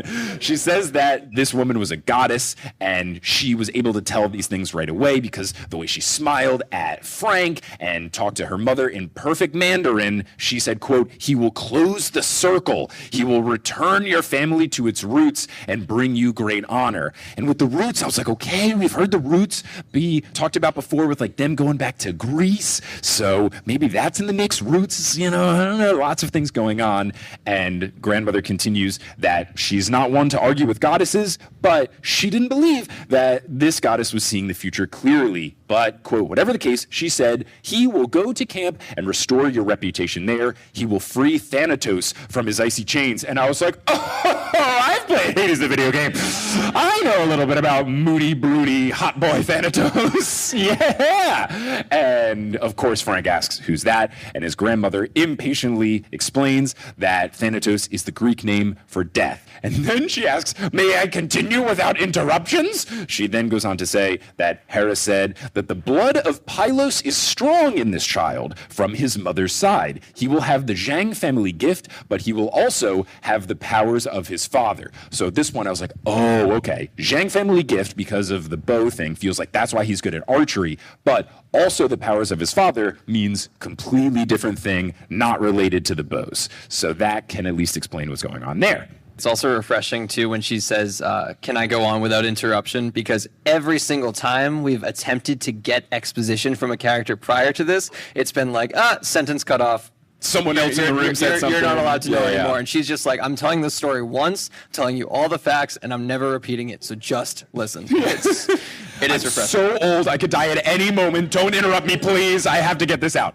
So now Frank is thinking, all right, maybe my family history isn't so boring. I'm like, Frank, I don't think it was ever boring. One of the wealthiest families in Vancouver? That sounds cool as hell. What are you talking about? So now he wants to ask, what does all this mean? Powers, gifts, the blood of Pylos. What's going on? What's this camp? Who's my dad? But he doesn't want to interrupt grandmother again. Like, dude, you wasted your interruptions on not cool stuff. So he just waits for her to continue. She says that no power comes without a price, and before the goddess disappeared, she pointed at the fire and said, quote, he will be the strongest of your clan and the greatest, but the fates have decreed he will also be the most vulnerable. His life will burn bright and short. As soon as that piece of tinder is consumed, that stick at the edge of the fire, your son is destined to die. And now I was worried a little bit, because in the very early chapters, it seemed like Frank was going to just die from the Gorgons. Now I'm back and I'm like, if there was ever a main character to die, Frank seems like the type. top candidate, and I don't know how to feel about that. They're kind of setting him up for failure. We've already said the fates have determined that he's vulnerable. He's going to burn bright and short. I don't have high hopes for my boy Frank, but I like him. So Frank looks at the box and thinks that this story sounds ridiculous, but now the driftwood that he thought was just a stick just feels sinister and colder and heavier. And he just goes, this, and grandmother says, yes, this is the very stick. The goddess disappeared and I snatched the wood from the fire immediately. We have kept it ever since. And then he asks, if it burns up, I die? And then grandmother goes, it is not so strange. And I was like, I would actually like to say it's incredibly strange. But she continues that for Roman and Chinese, the destinies of men often can be predicted. Sometimes they can be guarded against, at least for a bit of time. The firewood is in his possession now. He needs to keep it close and keep it safe. As long as it's safe, he's safe, so that should be fine. And Frank wants to protest that it feels like some legend. Maybe grandma's just trying to scare him as some sort of revenge for breaking her precious porcelain. But the look in her eyes just seems to be like she is telling the truth. And it's almost like she's challenging him. He thinks she's saying with her look, quote, if you don't believe it, burn it. Which like, okay, grandma, So Frank closes the box and then goes, if it's so dangerous, why not seal the wood in something that won't burn, like plastic or steel? Why not put it in a safe deposit box? And his grandmother says, what would happen if we coated the stick in another substance? Would you two suffocate? I don't know. And I was like, oh man, good point, grandma. She says that Frank's mom didn't want to take the risk. She couldn't part with it because of fear that something would go wrong. What if the bank gets robbed? What if a building burns down? Strange things can happen when you're trying to cheat fate, so rather than cheat it, let's just follow the rules. Quote, your mother thought the stick was only safe in her possession until she went to war. Then she gave it to me. She says, revealing that his mom's name is Emily. Emily was foolish going to war, though I suppose I always knew it was her destiny. She hoped to meet your father again. And I was like, father battle. Aries. So then Frank says she thought he'd be in Afghanistan, and then grandmother spreads her hands as if it was beyond her understanding. She went. She died bravely. She thought the family gift would protect her. No doubt that's how she saved those soldiers, but the gift has never kept our family safe. It did not help my father or his father. It did not help me, and now you have become a man. You must follow the path.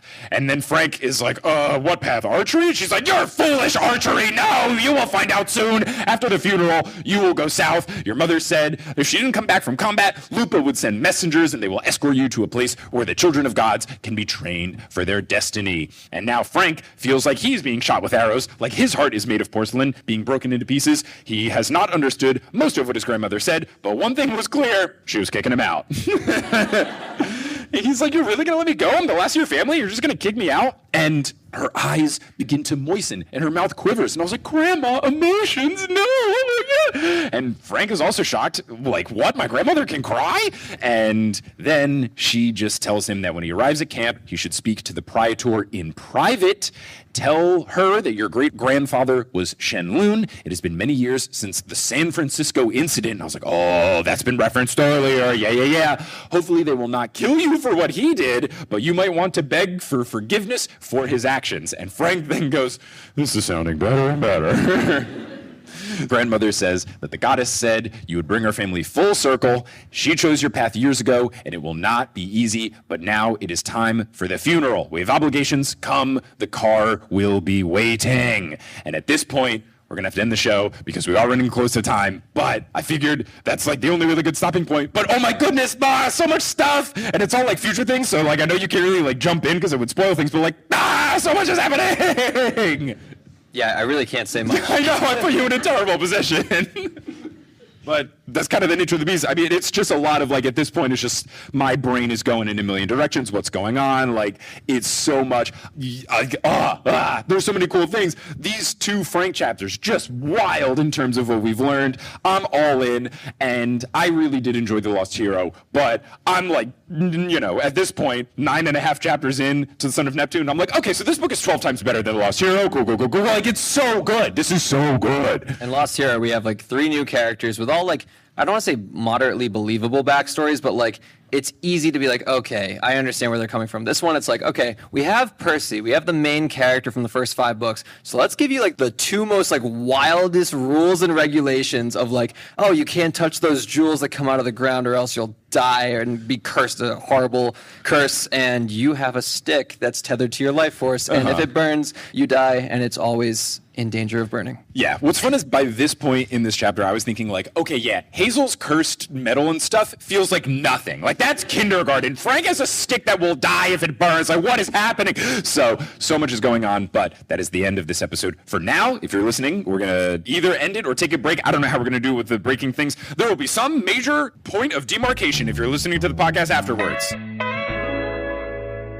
Hey, it's Mike from the future here. Line of demarcation in the podcast? Yeah, that's a normal thing that humans say. We're going to take another ad break just because this is a longer episode, and then we will get into the Q&A of the live show, which is very fun. A lot of fun questions in there. One of the question askers, Riley, gave me a really cool gift. I don't even know what the art is called. It's like a pointillism thing of all my podcast logos. You can go on the Tino Instagram and see a photo of it. And also, you'll hear in the Q&A that I make fun of Boston and the Boston Red Sox a lot in the Q&A. I think that's why the audio got cursed for the Late Show. I think I tempted fate by making fun of Boston and the Red Sox, but you're going to hear some more ads, and once those ads are complete, you will hear the conclusion of this episode of the News Olympian, which is a very fun Q&A. And if you're here live, we're going to get into the Q&A. Woo! So let's get into that. We'll do as many as we can before we get politely kicked off of this stage. So this first one is from Nano Mew. Says, Boston show round 2, let's go. What D&D class do you think our Camp Jupiter friends would be? P.S. Thanks for accompanying me to work every Monday. You make the day a bit easier. Happy to help. So I don't know if you're a big D&D guy at all, but we've got like our new Camp Jupiter friends. What different classes do we think that they would be? My level of D&D knowledge is as much as Stranger Things has communicated to me. So a little bit. Yeah, I would say, let's see, what do we got here? New friends. So we've got Frank, bow and arrow. Is Ranger a class? Is that one of the classes? Okay, cool. So he could be that, at least for now. But now with this backstory, it's like, what is he? And then I guess with, Hazel, very interesting. With all of the, I feel like some sort of like dark magic just because of the Hades underworld stuff. So like maybe a sorcerer of sorts, especially with the curse and all of that. And then Raina just feels like a straight up kind of like fighter warrior of sorts. I'm not sure. I feel like I need to learn a little bit more about some of them to have more informed decisions, or I need to know more about D&D because my knowledge is just like I play a bard on the online stream thing I do at 20 to midnight, and I'm a rogue in Baldur's Gate, and then there's other people around, but I'm not really worried about it. And so I don't know like too much. This one is from Smitha. Smitha says, hello, you're both doing so great. Love the show so far. Would you introduce your baby to Harry Potter or Percy Jackson first? I would probably pick Percy Jackson just because it's easier just to be like, here's books, they're good. And we don't have to have a complicated story of like, here's books, they're good, but the author's a terrible person and you should know that. So I personally think I will go to Percy Jackson first. We'll see how things unfold. Well, I'll say for my future child. Sure. I remember when I was in elementary school and I was reading Percy Jackson first, there was a girl in my class who was like, Harry Potter's better. And I took that so personally. And this is before like any controversy started, and I literally swore off Harry Potter in like 3rd grade, and I didn't touch it, even the movies. Nothing. I was like, I'm loyal to Percy Jackson to the core. And then summer 2019, I binged the movies because I was like, why am I missing out on like the movies at least? Now we've come full circle where the show is coming out, and I'm like, yeah, Harry Potter's denounced again. But so the kids will Percy Jackson first, and probably only. Nice. This one is from SJ. Says, hello, Mike. And the subject line, which many people have recommended, Mike, you should get Mike's Pastries or Bova's or Modern Whatevs. So I've heard Bova's is really good in 24 hours. Yeah? Okay, that seems good. Chris, can we drive by a Bova's on the way back after the show? All right, sweet. You're known by many as a man who reads children's books very slowly. My name is SJ, and I am known by my friends as someone who reads a lot, 100 plus a year. What I want to know is, outside of this podcast, how often do you find yourself reading in your free time, and what is your favorite book?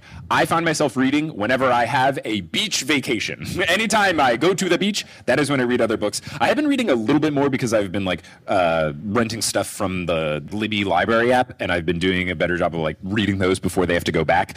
But usually I will read books that are just like very different from this, just to like break up the pace. So like lots of sports books or music books. I'm currently in the middle of reading Basketball and Other Things by Shea Serrano, which is really fun. And I recently finished his other book, The Rap Yearbook, which was really good. And I'm also in the middle of like a couple of different books. Fern Brady's autobiography, which is really fun. I read the Jeanette McCurdy, Wish My Mom Was Dead book that was really good, but also like, So yeah, lots of things that are very different. What kind of books do you read in your free time? I've tried to expand to more adult-oriented books, as my young adults reading habits tend to be like, people are like, they're children's books, and I'm like, all right, listen, they're fun. I've read, this year I started the Three Body Problem trilogy. I read the first 2 books, and I really like logical sci-fi, so like sci-fi that feels like it could happen in our world. And my favorite from that specific genre is a book called Project Hail Mary, which, if anyone knows, we got some oohs and ahs. They're making it into a movie right now. Phil Lord and Chris Miller directing it, and Ryan Gosling is starring in it. So I'm super stoked for that. Same author as The Martian. And then I'm currently reading The Outsider by Stephen King. I've been doing a little bit of Stephen King lately.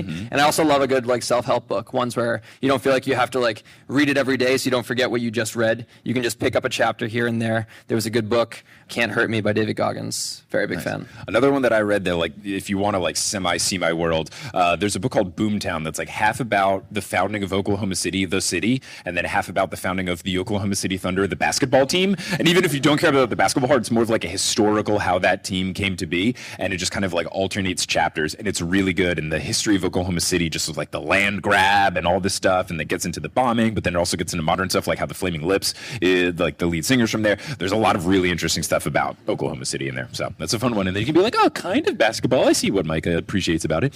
Okay, this one is from Margaret Downs, patron of the show. Hi, Mike and Liam. What's the most fun/wildest thing you got to do as a, in Tildes, member of the press for the PGO TV show? Mike, I was always floored by how much you were doing during that time, and now knowing Kelly was pregnant takes it to a whole nother level. Congrats on the little one. Thank you. Yeah, December was a lot. There was a lot going on, but I did appreciate Kelly. That was one of the last things that she did before she stopped coming on the live shows and stuff, because she was showing a little bit more, and we were trying to keep it on the down low. But it was really good because Kelly was nervous about it, wearing a dress and everything. But then all the comments, everyone was like, Kelly looks hot! And that made me and Kelly both feel very good. As far as the wildest thing, I think it actually came, the whole premiere was absolutely wild. That was truly ridiculous. But I think probably the wildest was after the fact, when I did get to have my interview with Walker, because it was just ridiculous. I just straight up called his agency and I was like, hi, I host a podcast. I promise it's really popular. Could I have Walker on the show? And then they were like, yeah, we'll let you know. And then a week of silence went by. And then they were like, yeah, let's do it. And then I interviewed him, and he did the whole interview on his mom's iPad. He was sitting on an exercise ball the whole time. So if you watch a video on YouTube, you can see him bounces up. He was on an exercise ball. I didn't realize that until I was editing the video portion. I was like, this dude was on an exercise ball. But I think that was the wildest, just of it was a big swing of I don't think I'll get to do this. I had to organize it myself. The other stuff I did was organized through a press company. That was just me being maybe this will work. And his agency was sounds fun. So yeah, what about you? Because you did way more press stuff than me. So I went to LA for the press junket day in person, and before my individual interview there was a press conference which was kind of tailored to people who couldn't fly in. They could submit questions, read them on air too, which was great. And me being in LA and having 2 days self-funded and all that, I was well, I want to be at the press conference if I can be. And so I showed up at the Disney headquarter building that they had at 8 a.m., full suit, sat in on the press conference. I was the only reporter that showed up for it in person. And the coolest thing happened after the fact, because I was waiting in the lobby, and I didn't ask a question at the press conference because obviously I had 8 minutes with the trio later. And so I was like, no harm, no foul. I'll just sit and watch and appreciate being here. And while I was sitting in the lobby, Walker and Aryan came out of the press room, and they recognized me. And that blew my mind because we had never met face to face and we had never had any type of social interaction. But it just kind of reaffirmed that whole idea of you never know who's watching, so always put your best foot forward.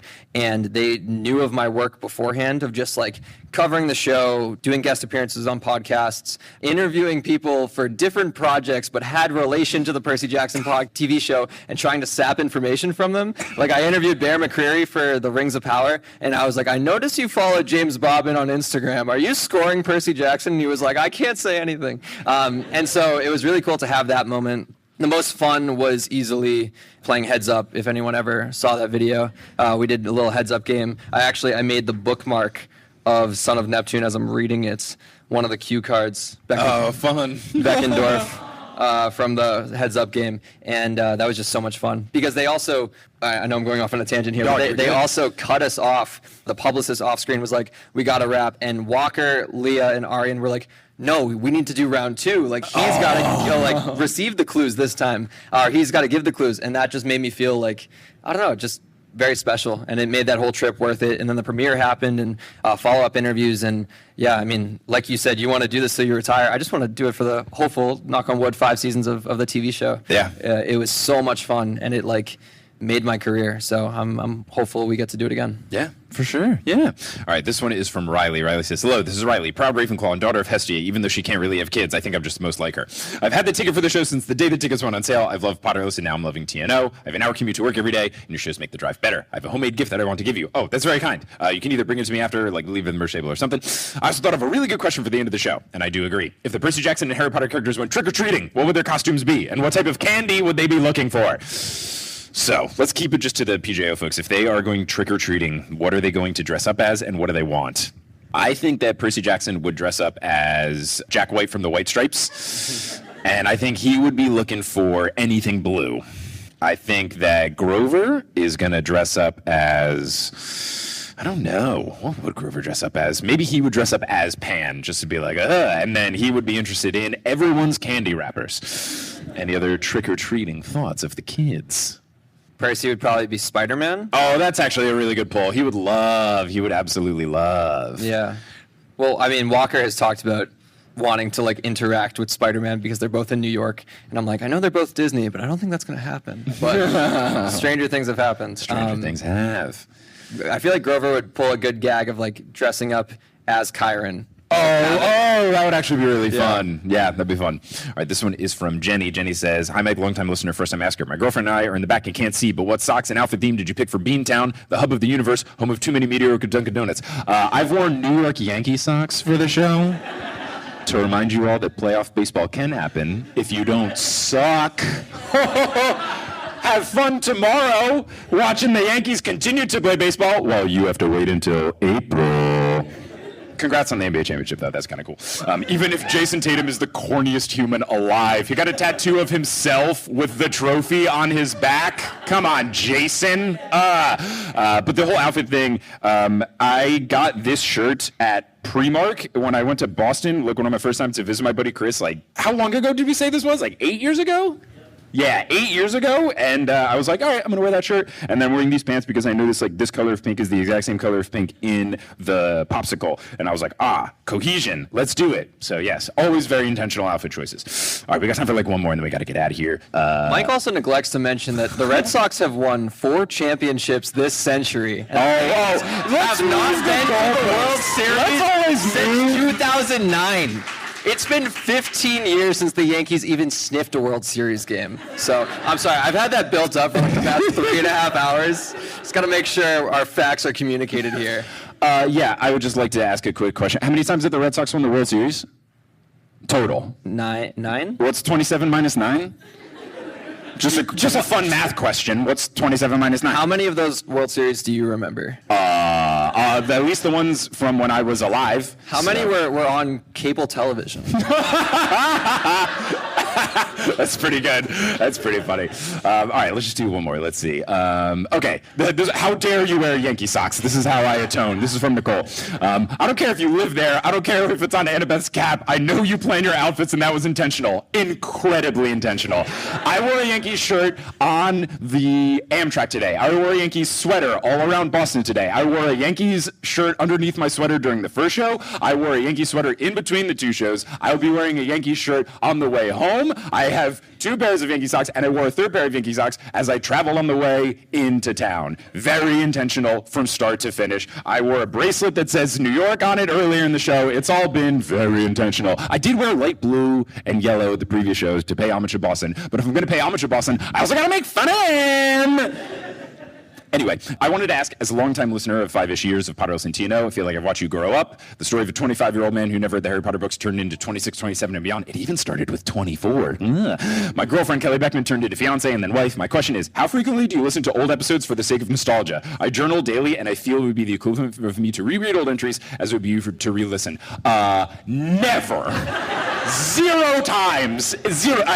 Because I have to listen to these episodes so many times when I'm editing them or like going over Sherry's edits and doing the production work and stuff that like I do not go back and listen to old stuff very often. Every now and then I'll listen to like a super duper old one, but it's so hard because I've just gotten so much better at every single aspect of this thing, from like hosting to sound quality to editing to everything, that like if I listen to the old stuff, I just want to edit it. Like I'm like, oh no, why'd you say that? Why'd you say it like that? Why'd you do this? So I really don't go back. What I will do more so though is a lot of times on tour, I like have my camera around and I'll like take videos of like behind the scenes stuff, and then I'm like lazy about it and like don't make videos of it. But every now and then I'll like go back to like a video of like, what was that like when I did that show with Johnny and Georgia, blah blah blah. So I'll do more of like that kind of nostalgia stuff. But listening to like actually old produced episodes, I can't, because like I always get better at it, so it's pretty tough. So I don't do that. Sometimes I'll listen to old episodes of Meddling Adults when I had like a guest that like didn't have any business being on my podcast. So like when I got the guys from How to Do Everything on my podcast, that's like my favorite podcast. And the fact that they are Meddling Adults, every now and then I'll be like, let me listen to that. But yeah, not big on listening to old stuff. I'm sure it's the same way if you like watch one of your old interviews. You're like, oh dude, why'd you ask the question like that? Like it's just tough for me. The first time I interviewed Rick, I was like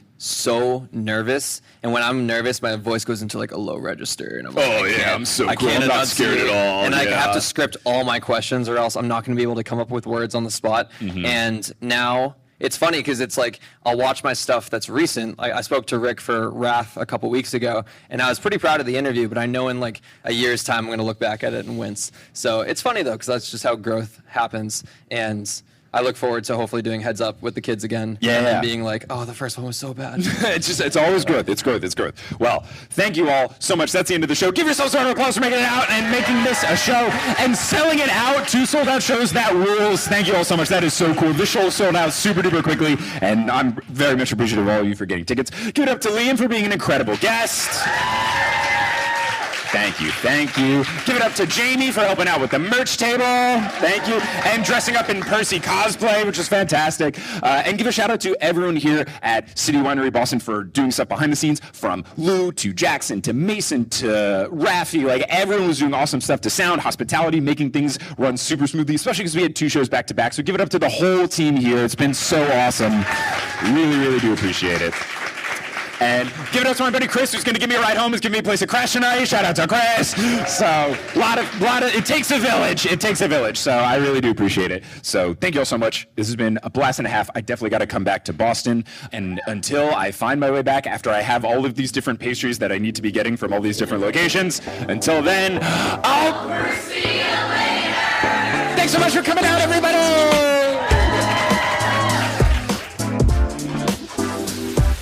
Hey, thanks so much for listening to this episode of The Newest Olympian. This podcast is created, hosted, and produced by me, Mike Schubert. I also run the social media and the website. Our editor is Sherry Guo. The music is by Bettina Campamontes and Brandon Grugel, and the art is by Jessica E. Boyd. If you love the podcast and you just can't get enough, there's a couple of different things you can do. First, you can go to thenewestolympian.com/Patreon. You can join the Patreon, and you can get access to a whole bunch of fun bonus content. You can also follow us on social media. We're at Newest Olympian on Twitter, Instagram, and Facebook. There's also a subreddit, reddit.com/r/thenewestolympian.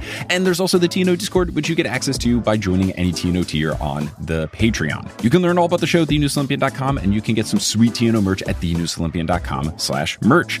I've mentioned the Patreon, so let's give a shout out to our producer level patrons: Kelsey Gillespie, The Damn Steam Nuggets, Vicky Garcia, Frida Vikstrom, Megan Moon, Sabrina Balsiger, Polly Burge, Nikki Harris, Tatiana Schmidt, Sandra Rose, Josh Sayer, Josh Wilkie, Abby Ryan, Marco Redhouse, Sam Reevy, Mrs. O'Leary, Milo Kim, Sandkoff, Rika, Ryla Matthews, Sky Mallory, Persasabeth, Aiden Parziani, Grace, Ginger Spurs Boy, A Cup of Solace, Bradimus Prime, Skylar Sisters, Scott Sheldon, Sophie, Natanya Page, Ann M. Thayer Cohen, Bella, Percy Jackson, Han, Haley Hingelheimer Schmidt, Catherine Sloan, Jessica Phillips, Haley Mary, Jim Jam Koopy, Kit Kat Crumbs, and Andrea, not Andrea. If you want to support the show in a non-monetary way, just tell someone about the podcast. It really does help a lot, whether that is you reaching out to someone directly who you think might enjoy the podcast. Maybe they're a big Percy Jackson fan. Maybe they've been looking for an excuse to read the books.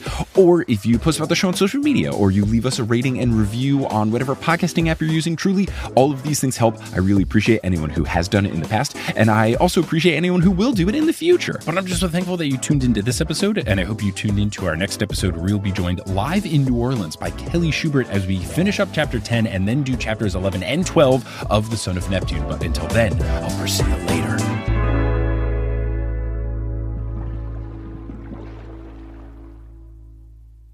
Hey everyone, how's it going? It's me, ASMR Mix. So when we were in Texas for the holidays, there were some things we took from my bedroom at my parents' place, where it was a bedroom I used in high school and college and stuff. And one of the things we brought back was my TI-89 titanium calculator that I used in all of college and maybe my senior year of high school, so I'm not positive, but that's going to be the ASMR Mix segment. So here I am taking it out of its protective case and putting it in. And the batteries are dead, so I'm not like actually doing math, but here's me touching a bunch of buttons. Man, this thing really got me through engineering, which I use that degree all the time, don't I? Anyway, thank you so much for listening.